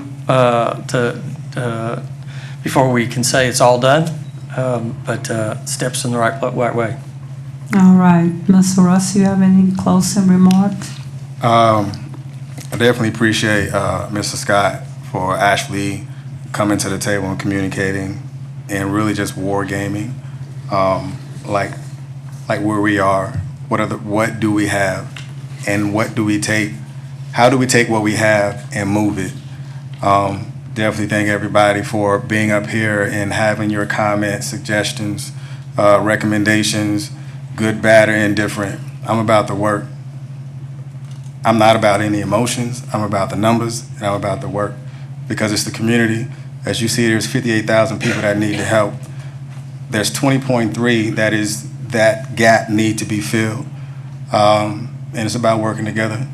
My number hasn't changed. It's still the same, 254-415-9951. So if you have a question that you want to have about what the chamber is doing or anything that I'm doing personally, you can reach out and make that phone call.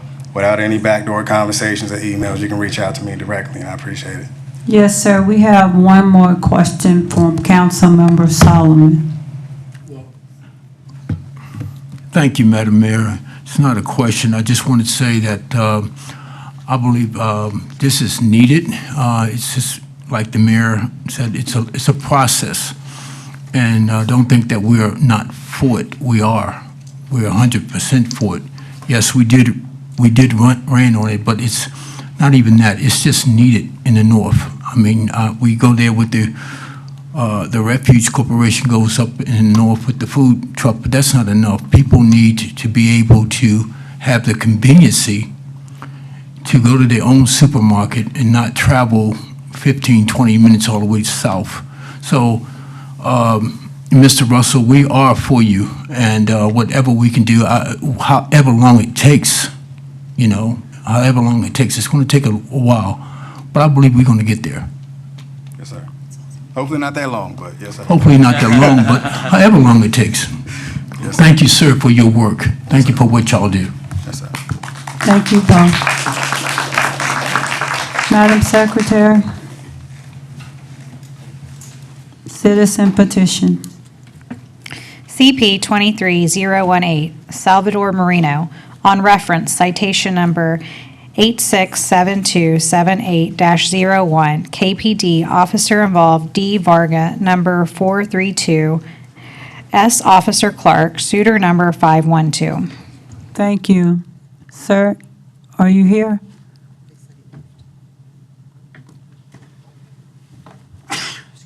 Bless you. Okay, I'm just going to say he's not here. Mr. Salvador? They say he left. Okay, he left, okay. All right, citizen petitions. Melissa Brown. You have 4 minutes. Citizen comments.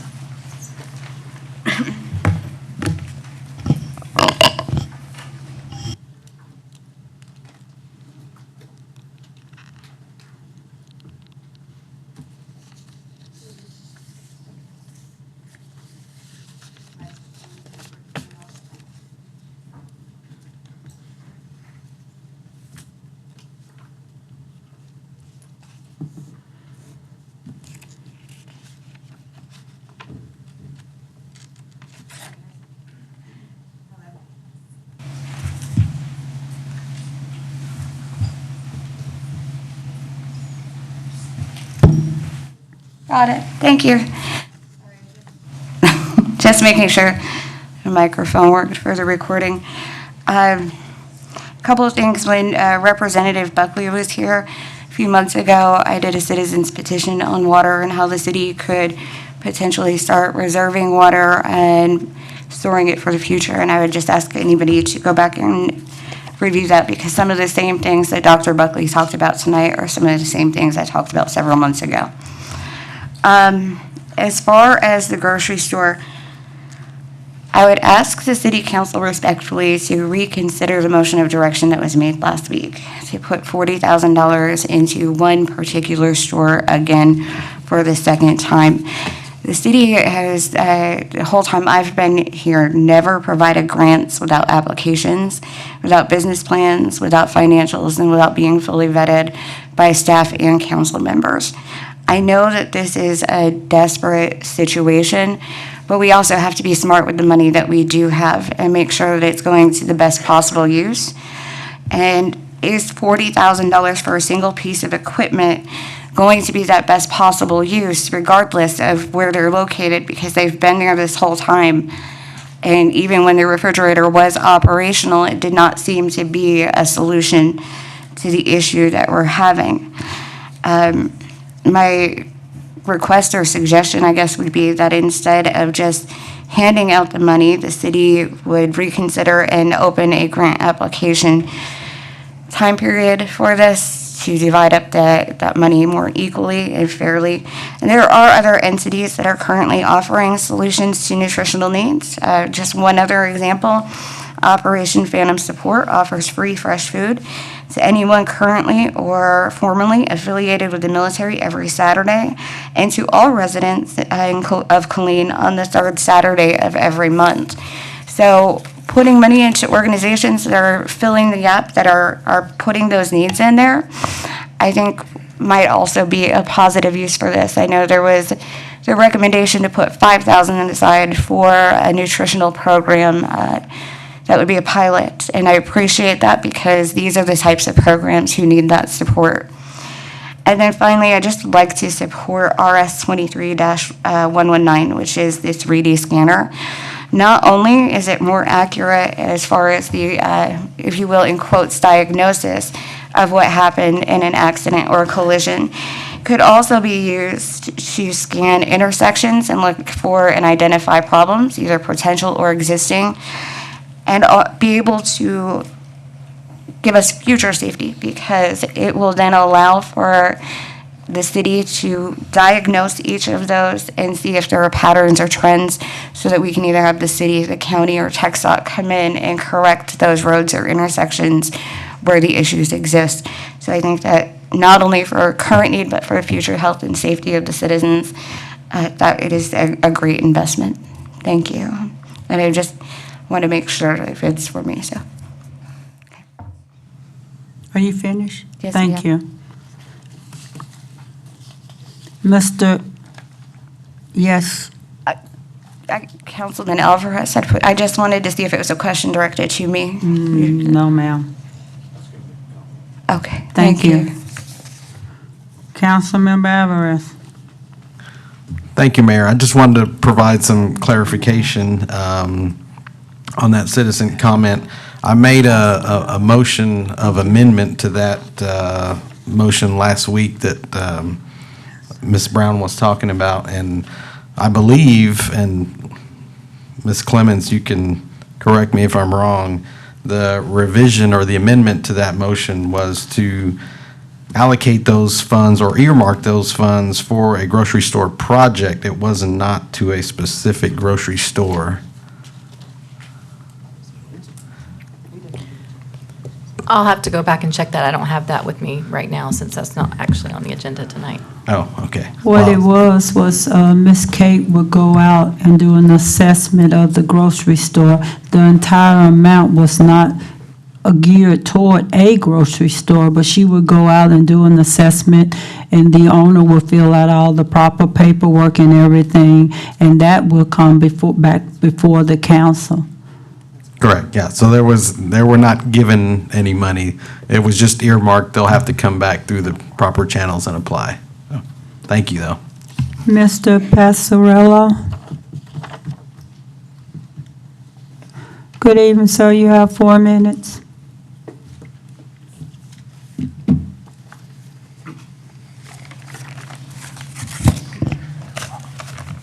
Good evening. Thank you, Madam Mayor and City Council, for allowing me to come up here and speak.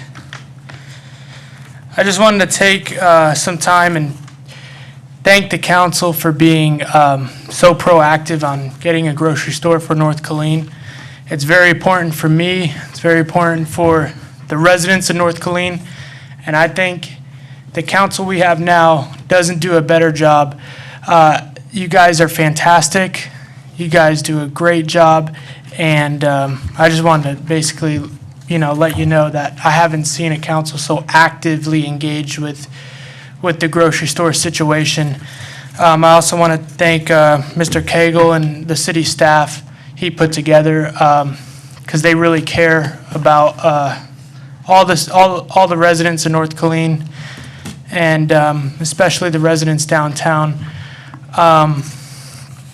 And I know it's very complicated with the with the dynamics of bringing a grocery store to North Killeen, and there's a lot of things that go into it, like all the employees that Mr. Segura brought up before, and the warehouses and everything to that effect. And I spend a lot of time downtown and with the downtown residents and with the residents of North Killeen, due to me having a real estate business downtown. And this is an issue that they bring up to me. And they say, we would love to live in the area if they opened up the HEB next door again and everything like that. And, I have to educate them and tell them, well, they put, a lease restriction or a deed restriction. They can't be a grocery store there. But I know that that council is doing being very proactive with trying to bring a grocery store to North Killeen. So I just want to take the time and say I appreciate every single one of you. Thank you. Thank you. Justin Okray. Good evening, sir. You have 4 minutes.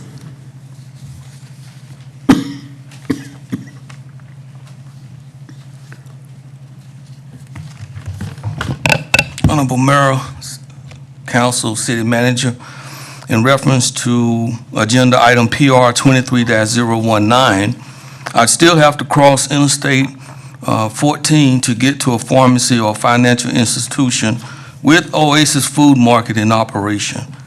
I can't get rental assistance, access to an emergency food locker now at any of the markets south of Interstate 14. A pharmacy and a financial institution are vital to me, a Northside resident. As far as a pharmacy is considered, I receive medications from my primary care provider via UPS. Others may receive their medications from US or UPS or Amazon or FedEx. Will Oasis Market configuration provide for medication drop-off and pick-up inside the facility? Will it also provide for banking or credit union access inside the market? I don't see that anywhere. It's suggested that for 2020, Oasis Market received millions in investments from a source not reported on their 990EZ, which is a short form return organization exempt from income tax. And I have years 2019 to 22 for those. And it's indicating the funds are restricted, so we don't know how much it is. As to RS 23-112, Community Development created an application requiring board applicants to answer questions about their specific experience relative to serving on the board. The board applicants' KSAs will be needed to address the configuration, and I guess I would assume the Arbor of Hope, because the people who would generally use the Arbor of Hope would they might use would use the Oasis Market. I did send a copy of this to all of you, so you should see a copy of it. Thank you for your time. Thank you. Michael Fornino. I apologize, Councilwoman Gonzalez. Thank you, Madam. So I just wanted to say that you actually bring up some very valid points, and regarding the pharmacy there, I'll be happy to chat with you about that offline, but there are some opportunities that are being considered right now within the District 1 area. So there are some wheels that are spinning there as well. So that's a very good, valid point. Thank you. Sir, I apologize. Good evening, sir. You have 4 minutes. Good evening. Some may be shocked about what I'm about to say here. I find myself in agreement with Mr. Segarra in his concern, so mark your calendars for this. Whereas the consideration for the grocery store, does District 1 or the whole north side need a grocery store? Yes, that's a question that's not in contention on any level from anyone. I mean, that's as easy as answering, can we get water to run downhill? But, I mean, we're designing, a way for water to run downhill and the channels and everything else. But I think that I share Mr. Segarra's specific concern. It all looks great on paper, but where I think we're getting ahead of ourselves is we need to see more out of Oasis. And I think Mr. Okray just touched on that, where, yeah, that's the great framework. I mean, it's like if we were buying a car, I mean, we're building the garage, paving the driveway, and everything else.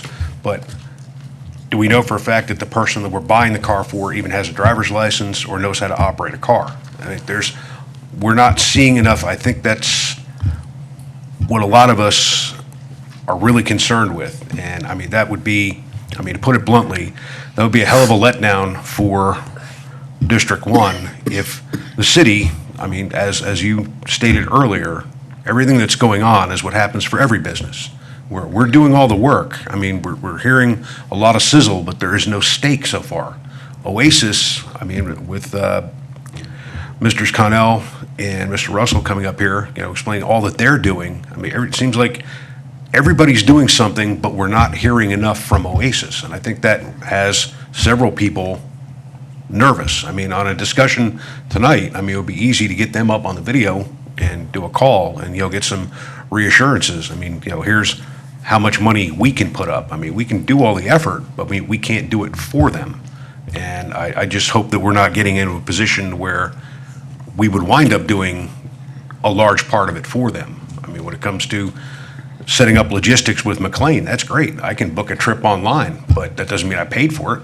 I can say, hey, look, I've got reservations to go here, there, and stay in this hotel and all that, but to make it actually happen, I'm going to have to come through with the cash to make that trip and those reservations happen. So, I think the citizens, especially of District 1, are owed some more current and concrete information coming directly from Oasis, get some reassurance. Again, I find myself agreeing with Mr. Segarra, which is a very strange feeling for me, I'll tell you that. But I think it's a very valid question. The city and Mr. Russell and Connell are doing the hard work, but the silence from Oasis is deafening, and I think that should be of some concern. So, like I said, we're doing all we can. Like I said, we as a city are doing all we can to make the field fertile, but they still have to plant it and grow the crops. So that's all. Thank you, Mr. Fornino. Mr. Connell and Mr. Russell will be doing a site visit to Oklahoma to have this discussion. They also stated that they had spoken to banks and that when they meet with them, they're going to talk about the finance on how, what part Oasis will play in this. So that was stated tonight. I apologize, Councilwoman Gonzalez.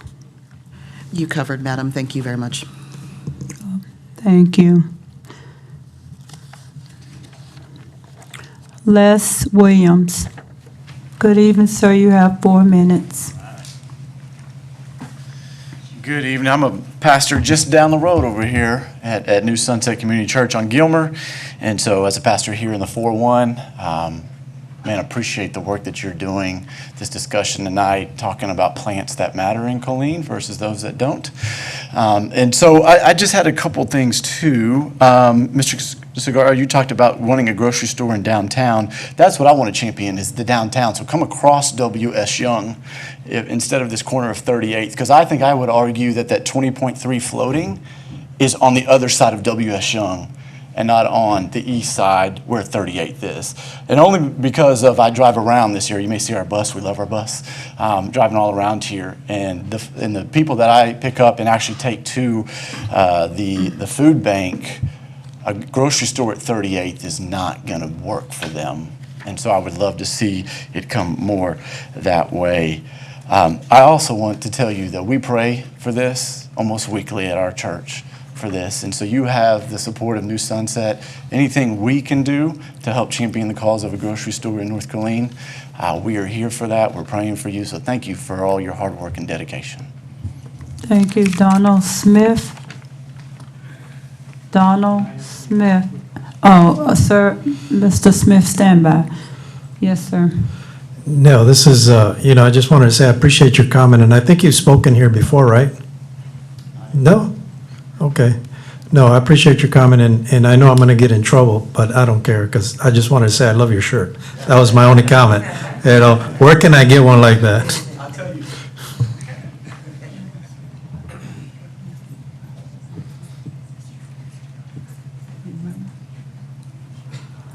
Mr. Smith, I apologize, sir. You can come up. Good evening, sir. You have 4 minutes. Madam Mayor, City Manager, City Attorney, Council members, I've got 2 things I just want to mention about the grocery store. I came here in 2014 after being involved with the Army for 50 years, 30 in the Army and 20 teaching at Fort Polk, Louisiana, which some of you retirees mark me as being crazy. But now I'm interested in city government since 2014, downtown area, and especially crime and the homeless situation. So one of the things I did to get smart on the grocery store issue, I talked to some people, to include one who's been involved with the grocery store business and business downtown for 20 years and one for 30. They wouldn't let me use their name, so but I didn't want you all to think I was smarter than I really was. But I think there's 2 areas that they told me we should be concerned about in the downtown area.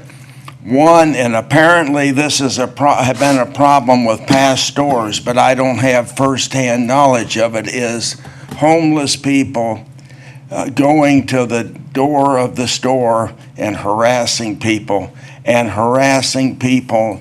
when they go to their cars. And that's going to turn people off. And I think that we should have a plan in place in case that happens. To me, the plan's very simple.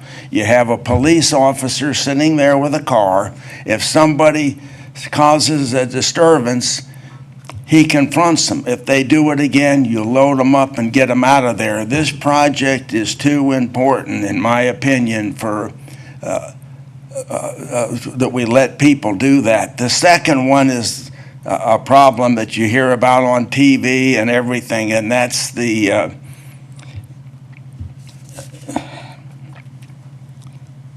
lost my train of thought. The crime, shoplifting crime. And a lot of times people don't want to address that, but according to what these 2 people told me, that has been a problem in the past too. And again, this project is too important to let criminals downgrade it after we get it into place. I think there should be coordination with the police department. This project is important enough for them to put an undercover agent in. We catch the persons that's doing the crime, but we don't let them get off with no penalty. We've got to make an example of them to prevent other people from doing the same thing. If it's a kid, the second time, hey, parents, fine, 30 days doing city projects, working for the city. But again, in closing, this project is too important to let criminals and other people interfere with it. If we don't have a plan ahead of time for this kind of stuff, who's going to go to a store if, you've got some idiot there trying to get in your way? Two people that have gone to go to my church, where I go to church, stopped to try to help a person, and the homeless people knocked out the window in his car. There are problems that if we don't address them now, they could handicap this whole thing. Because like you guys have said, the budget,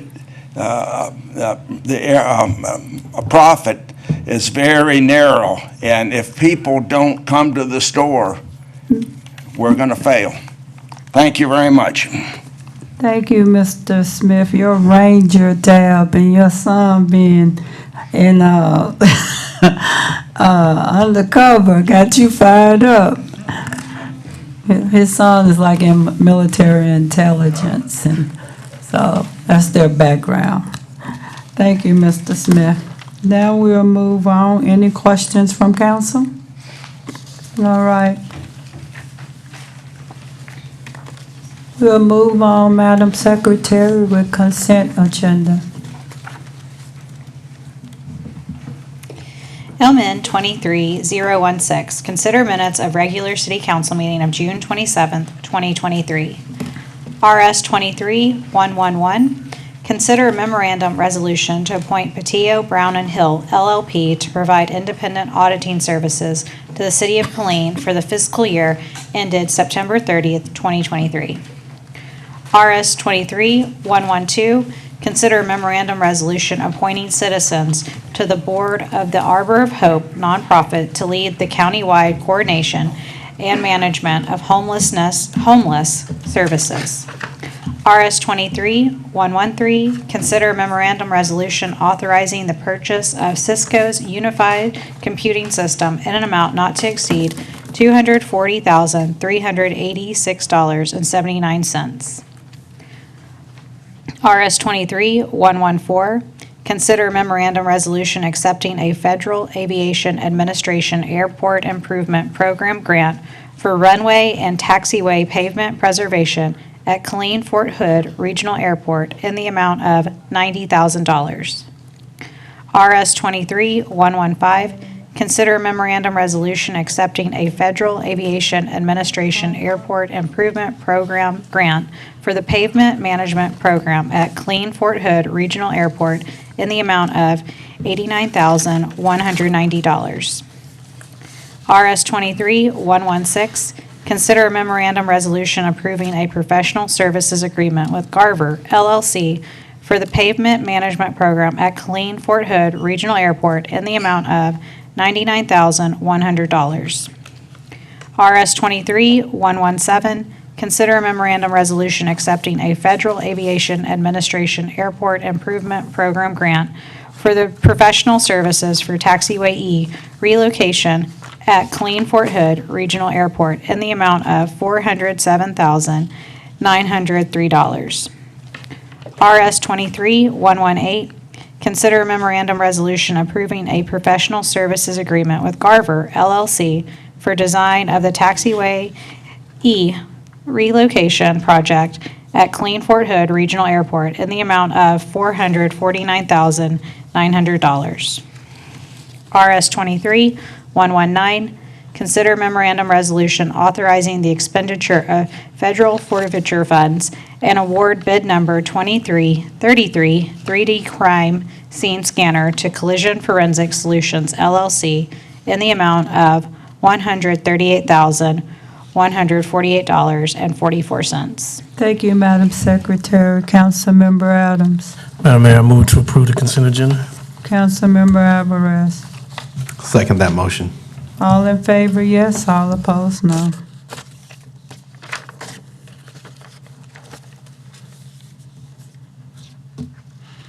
Motion carries 6-0.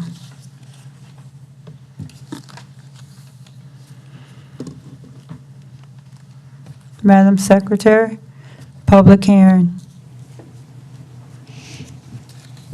PH 23039, hold a public hearing and consider an ordinance authorizing the 2023-2024 annual action plan describing use of funds and authorizing application for allocation of community development block grant, CDBG, and home investment partnerships, home program funds, second of two public hearings.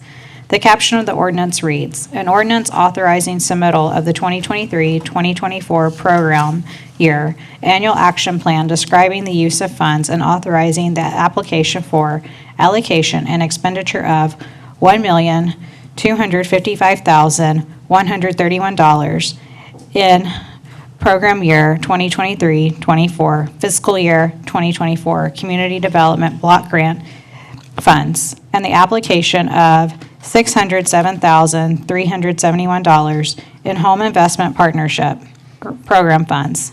The use of $479.43 prior year 2021-22 program income for a total expenditure of $607,850.43 of home funds, providing a severability clause and providing an effective date. Thank you, Madam Secretary. Council, staff went through these slides last week. Oh, how you doing, ma'am? Good evening, Mayor.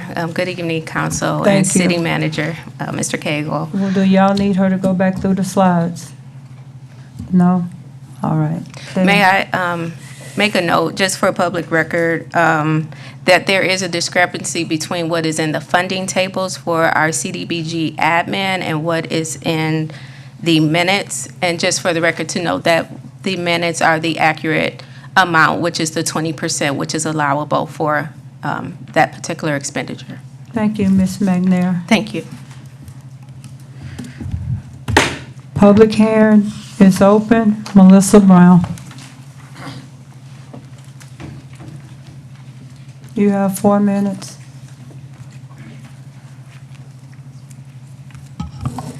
Thank you and good evening again.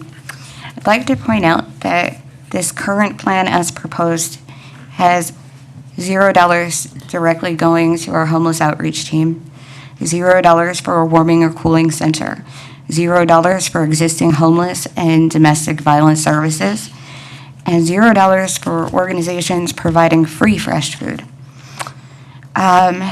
What it does include is $913,969 in money that will not be going to organizations. Instead, $851,504 will go to services and programs for Arbor of Hope, an organization that doesn't even exist on paper yet, since the council just appointed our 3 board members to it today, for a program that at the earliest the Sprung shelter will be able to be put up is going to be in 2 years. And in the meantime, we have organizations here in the city of Killeen that are filling the gap. $58,465 of that is going to city of Killeen salaries that by all rights should be coming out of the taxes and fees that the citizens pay. I would point out that in a couple of these situations, the reunification program asks for licensed social workers and case managers. However, Families in Crisis not only has a domestic violence shelter, they also have 1 licensed social worker and at least 15 case managers. Why would we not give them the money and partner with them? They already exist. We're not going to have to wait 2 to 3 years to implement everything in its entirety. We have an increase in the number of recipients getting the senior meals program. However, the funding is recommended to be cut on that from what was provided last year. Again, our communities and schools is about the only thing that's remained consistent as far as what we are providing to them, and that is still down from what we were providing back before COVID. When you bring everyone in the zone, I don't know if anybody on the council has had an opportunity to visit there and see exactly what they do, but it is a lot more than even what is put on this piece of paper. To take what they've requested and cut it down to $5,000, so under half of what they need for that operation is going to put a lot of our citizens in a situation because every dollar they have to take out of their budget is a dollar they can't put back into our community. The same for the greater Killeen Clinic. Killeen Creators is requesting $20,000 but recommended for $0. Our elderly transportation program, we're cutting the budget on that one. And then the reunification program, everything that's being asked for here, we already have existing somewhere in the community. I will point out that the last one is under home funds. Under the home fund, it says land acquisition, but that is, from my understanding, still going to be for more transitional housing over in the Arbor of Hope campus on that same property in Atkinson that has been requested. It was talked about before at a prior meeting under a different subject when the entirety of this came up. So we're taking all of this money for a program that doesn't exist yet, and we're not supporting the community organizations who are here every day, putting in the sweat, putting in the hours, getting their hands dirty and doing the work, who know the people who are here that have the needs and are meeting those needs but need the help to continue to meet them. Thank you. Kristen Wright. Good evening, ma'am. You have 4 minutes. Thank you, Mayor, City Council members, staff, and engaged citizens of Killeen for this opportunity to speak and for all that you do. My name is Kristen Wright. I am a Killeen resident and one of the founders and current executive director of Killeen Creators, just mentioned by Ms. Brown. I'm here to speak tonight on this CDBG recommended funding. I have 2 points and 1 request. Much more brief and concise than last time. My first point is I just want to really thank you all for hearing our members' testimony last month. It was clear to me at the time and in the following days, the phone calls and emails that I received, that you heard their testimony. And so first and foremost, thank you. In addition, the new executive director who just spoke of CDBG immediately scheduled a site visit. And I'm 3 weeks employed by the city, so I'm very grateful for that extra outreach. And in our meeting at the site visit, there was clear appreciation for the testimony, for the services we provide, for the need. And we left that meeting with much increased trust that there is a clear commitment to work with us and much clearer direction in how to do so. So that's point 1. Point 2, we are back on track for completing the projects by September 30th. As of June 30th, we have expended and been reimbursed over $8,000 of the requested 22. On top of the $4,000 we weren't reimbursed first quarter. We learned, they're learning, that's okay. As of July 31st, we will have expended an additional $4,000. That leaves us with $4,000. We have to spend $5,000 in August and $5,000 in September. I promise you we can do that. That is not a problem. We have 2 irrigation systems. We have information booths. We're going through the process with them of getting the right approval on quotes. It's working. My request, I humbly ask you to use your position, your power, to vote against the CDC's original recommendation.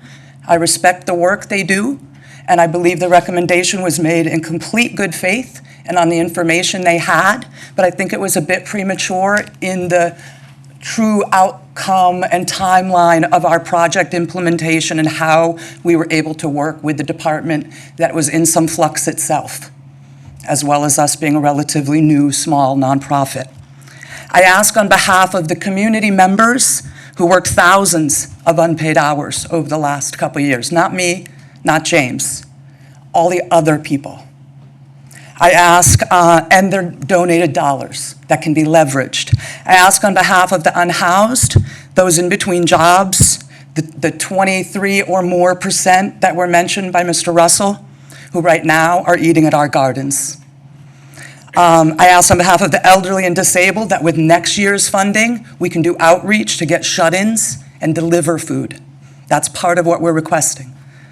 I ask on behalf of the 10 AmeriCorps service members that we can employ, leveraging $20,000 from the city to get $289,000 of federal dollars into the pockets of 10 people in this community that they will spend in this community, while serving our community and developing a resume and job skills and life skills, because AmeriCorps does that. In closing, I thank you again, City Council staff, for hearing the testimony, for taking action and reaching out and letting us know you heard it. I was grateful to be able to tell those who spoke that their words had impact. Their voices do matter. So thank you. I trust that you will do the right thing. Your time. Financially and Thank in all you. other ways. Thank you. Amelia Broker. If I mispronounce that, you can correctly pronounce it when you get up here. Good evening, ma'am. You have 4 minutes.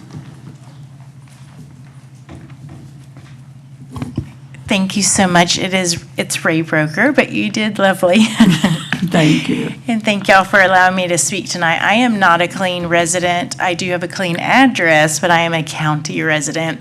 But I'm here tonight to speak on the behalf of Killeen Creators. They are an organization I have been a part of for the past few years, and I've witnessed the amazing work they have done for this community. And I really like the way Ana Luisa said earlier that they are our neighbors. Killeen Creators has been a wonderful neighbor to their community and the population that they serve. One of the things, I'm also a business owner in a neighboring town, so for me, the part about the local, about putting the, I think the AmeriCorps is going to allow, I believe what she said was 10 positions, and those are local jobs. And that is so important, especially, I know they're a nonprofit, I'm a business, but that is important to our community. Also, this is my first Killeen council meeting I've ever been to, and it's been so informative. And my husband works for the Killeen Fire Department. I'm aware of the food desert that is here, and these are people that did not just stand by. They went into action, and they've been really supporting that for the past several years with limited budgets. So I would urge you to consider approving their funding. Thank you. Thank you. Public hearing is closed. Staff, do y'all have any closing remarks? Ms. Agnew or? Yes. I just wanted to say that what we have before you are recommendations. And you all, as the authority for these funds for the city of Killeen, you may, at your discretion, accept these recommendations, alter them as you see fit, or you may decide that you want to do something different. Our due date for our annual plan for this particular funding year is August 16th, correct? Of this year, so we would like to stay on track with having that submitted in a timely manner. I do appreciate what was said by Ms. Wright, and my background from where I come from, we are very much involved and hands-on and partners with any organization that is interested in working with our city, and I hope to bring that here to Killeen as well. Another thing that I wanted to state is that there was an ask of over $390,000.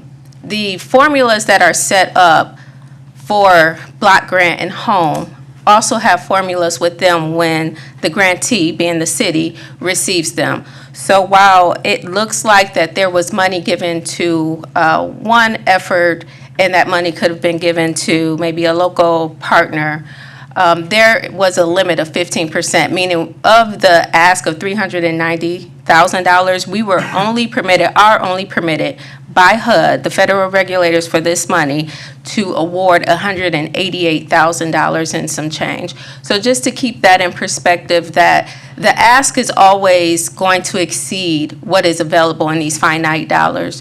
Every applicant, from what I was able to review, was worthy, had a good application, and really was meaning to do work that impacts change and improves the quality of life here in Killeen. So with that, I would like to give Rashawn the floor and thank her for all the hard work that she and Celeste, Sierra, and Cinda Hayward did prior to my arrival.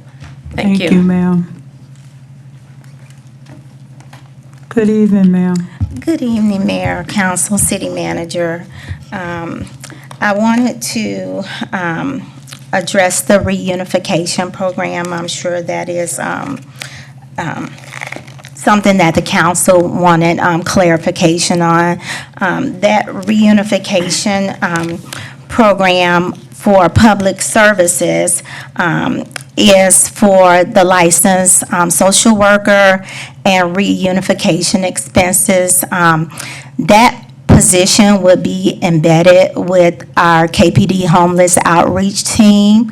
As you know, our homeless outreach team acts as a core agency. It's small, but it acts as a core agency that serves homeless within our community. I heard cries last month. Several people come up here and ask for Evan Cross, Officer Evan Cross. He needs help. He needs help. So even before those cries came out, we as staff was addressing that cry out. They need case management. That is what that position is for, to provide counseling, case management. They do a lot. They get reunification documents, birth certificates, IDs, Social Security cards, which are core to navigating people out of homelessness. So we aren't just funding a city position. This is to provide case management, not just a piece of paper, to provide resources. They would actually be assisting in helping homeless develop a plan of care, actually connecting them with resources, going to get those resources, and helping actually navigate people out of homelessness. So that's what that reunification program is, just to provide clarification on that. Thank you. And I do understand the significance of a social worker. My bachelor's and master's is in social work. And I do understand it's more than just being in an office. It's more of, and depending on what job type you have, it's outreach. You have military social workers that specialize only in military. That's in my field, but you can do more than just military. So I do understand the significance, and you did make a valid point. He does need help. If we want to get them out of poverty, get them off the street, and give them a second chance to do great things with their life, because we all fall on hardship, we have to start with giving them a social worker that do case management. And case management, once you get a social worker, they track you from the beginning till the end, and until you get out of the program. And so I do understand the significance of that. And I'm not challenging you on that. I know, because you put in a lot of work. I know you and your staff that work with you. So I appreciate that. But social worker is needed. Thank you. Councilmember Segarra, do you have a motion? Yeah, here, but I got some comments first. Is that all right? Yes, sir. All right, thank you, Mayor. First, I just want to say thank you for those that spoke on behalf of Killeen Creators. And I know you guys do a lot of great things, and this is one of the times that, being a council member, we have to make some not good choices, because if it was up to me, I would definitely fund you. The problem is that, we already have the budget, the amount, and so we got to find it from somewhere else, so we got to take it away from somebody else. And so as much as, we would like to give you some money, the question would be, okay, who are we going to take it away from? And that's why we as a council, we have these committees made up of citizens just like yourself that are part of that, to make those recommendations, who work so hard to make those recommendations, and kind of, if there's a just reason for us as council to override them, and definitely we would, but at this point, you know, there's nothing, as I look at this, it's like, who would I take the money away from? And that would be hard, because a lot of these people that the committee has already funded are not here either to defend themselves. So I just wanted to make that point, that it's tough. I know that you guys do a lot of good things, but, you know, as they say, you know, when you play a game, you know, there's always next year. You know, we can always come back. Now that you got more experience, that you learn, I think that you have a better chance of being one of those that can get some funding. And so with that, Mayor, did we close the public hearing yet? Yes, we did. Okay, so I make a motion to approve whatever that item was. The item that you're PH making, 23-039. Councilmember Alvarez. Thank you, Madam Mayor, and I was going to second that motion, but I want We to, can't have a discussion without a second. okay, well, I second the motion. You didn't have to. I could have gone to the next Yeah. person and came back to you. No, discussion. Thank you. Okay. Um, Madam Secretary, we have a motion by Councilmember Segar and a second by Councilmember Alvarez. Yes, ma'am. Thank you, Mayor. What I was going to say is some along the same lines of Councilmember Segar was saying, Killeen creators, you know that I'm personally a fan of you guys. One of your gardens is on one of my family properties. I believe in your mission. I believe in what you guys do, and I can't thank you more. Having had served on the CDAC committee before, I know what a tough job those committee members have in making these decisions. And trust me, I've been sitting here looking at the ask, which was $391,314.30 was the ask, but we only have $188,269.65 to give. So I went back through here, looked at the 9 organizations that are receiving funding. Families in Crisis asked for $30,000, they're getting 0. Hill Country Community Action asked for $12,558, they're getting $4,100 for Senior Meals on Wheels. Killeen Community Development for the reunification program that they just spoke about asked for $188,269. They're getting $94,134. Killeen Police Department asked for $20,000. They're getting $5,000. Communities in Schools asked for $19,000. They're getting $19,000. Bring Everyone in the Zone asked for $11,487. They're getting $5,000. The Greater Killeen Community Free Clinic asked for $25,000, they're getting $10,000. Killeen Creators asked for $20,000, you're proposed to get $0. And the City of Killeen for Elderly Transportation asked for $65,000, they're getting $50,948. So, again, like I said, I wholeheartedly believe in what you're doing, and the ask and the need is definitely there, but where do we pull the $20,000 from to give you? And then same for Families in Crisis. I would love to give them what they're asking for, but where do we pull it when the need is so great? I don't feel comfortable making that call based on the information that we have. So I just wanted to communicate that and let you guys know that was my thought process going into this. But again, thank you again so much for what you guys do. Councilmember Boyd. Thank you, Madam Mayor. This is a little challenging. I know since I've been on council, we'll get the CDAC recommendations, and there'll always be organizations that kind of have to do without. I see here, though Councilman Alvarez stated all the amount requested and recommendations, we do have 2 that are getting $0, and I can understand potential frustration in that aspect, considering the impact on the community. I took some time to kind of dig in this and see where it might be possible to carve this out, but it doesn't appear to be possible. Even looking at the elderly transportation program, that's our agency, City of Killeen, my understanding is that's for a driver, so that couldn't even be impacted. But I will say next year, because I'm one who looks at the future, I trust that you guys will have everything in place to be funded for the programs that you have for the next year, and that it's not overlooked. That's all I have. Thank you. Councilmember Adams. Thank you, Madam Mayor. When I served on the CDAC, we had staff come up with a matrix. Was that used again during this process as well?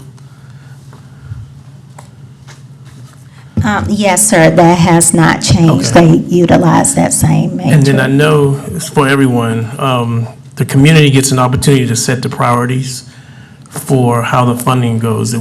Does the funding reflect what the community priorities are? Yes, sir.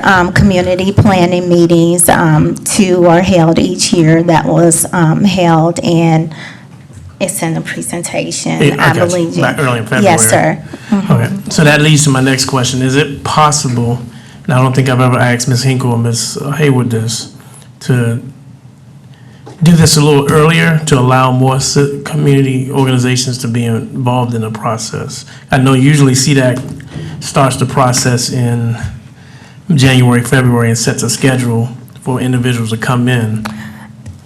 Yes, sir. I think it's a matter of getting the community out to Right. participate in those meetings.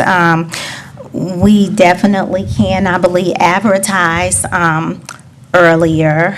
I know, and that's a consistent issue.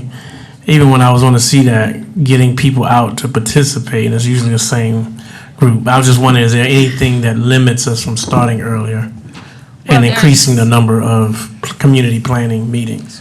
Not necessarily anything that limit us from starting earlier, but we have to stay on track with our annual calendar, which it's not just the annual plan, it's the CAPER, which is the evaluation of the results of the previous planning year. And so when we are done with this and we submit in August, we plan to hear back from HUD by October, and come December, we have to submit our CAPER. Okay. So there's an entire calendar of things that occur from January through December. It's just a steady flow. And to figure out how we can adjust that schedule annually will take some time, but it is something, everything is on the table for another look now that I'm here with the team and seeing how we could make it more efficient and also more open for public input. Okay, and I wasn't asking for any changes yet, I was just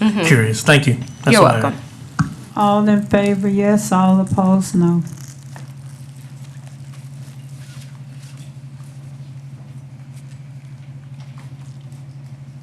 Motion carries 6-0. When you're ready, Madam Secretary.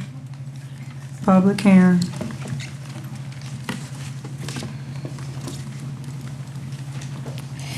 PH 23042.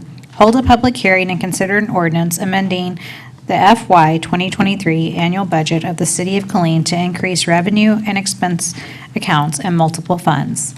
The caption of the ordinance reads, "An ordinance of the City Council of the City of Killeen, Texas, amending the FY 2023 annual budget of the City of Killeen to increase revenue and expense accounts and multiple funds, repealing all ordinances or parts of ordinances in conflict with this ordinance, providing a savings clause, and establishing an effective date." Thank you, Madam Secretary. Council, Mrs. Drake went over these slides last week. Would you like for her to go back over them? No, thank you, ma'am. Public hearing open, public hearing closed. Can I get a motion? Councilmember Alvarez. Madam Mayor, I move to approve PH 23-042 as presented. Councilmember Boyd. Second. All in favor, yes. All opposed, no.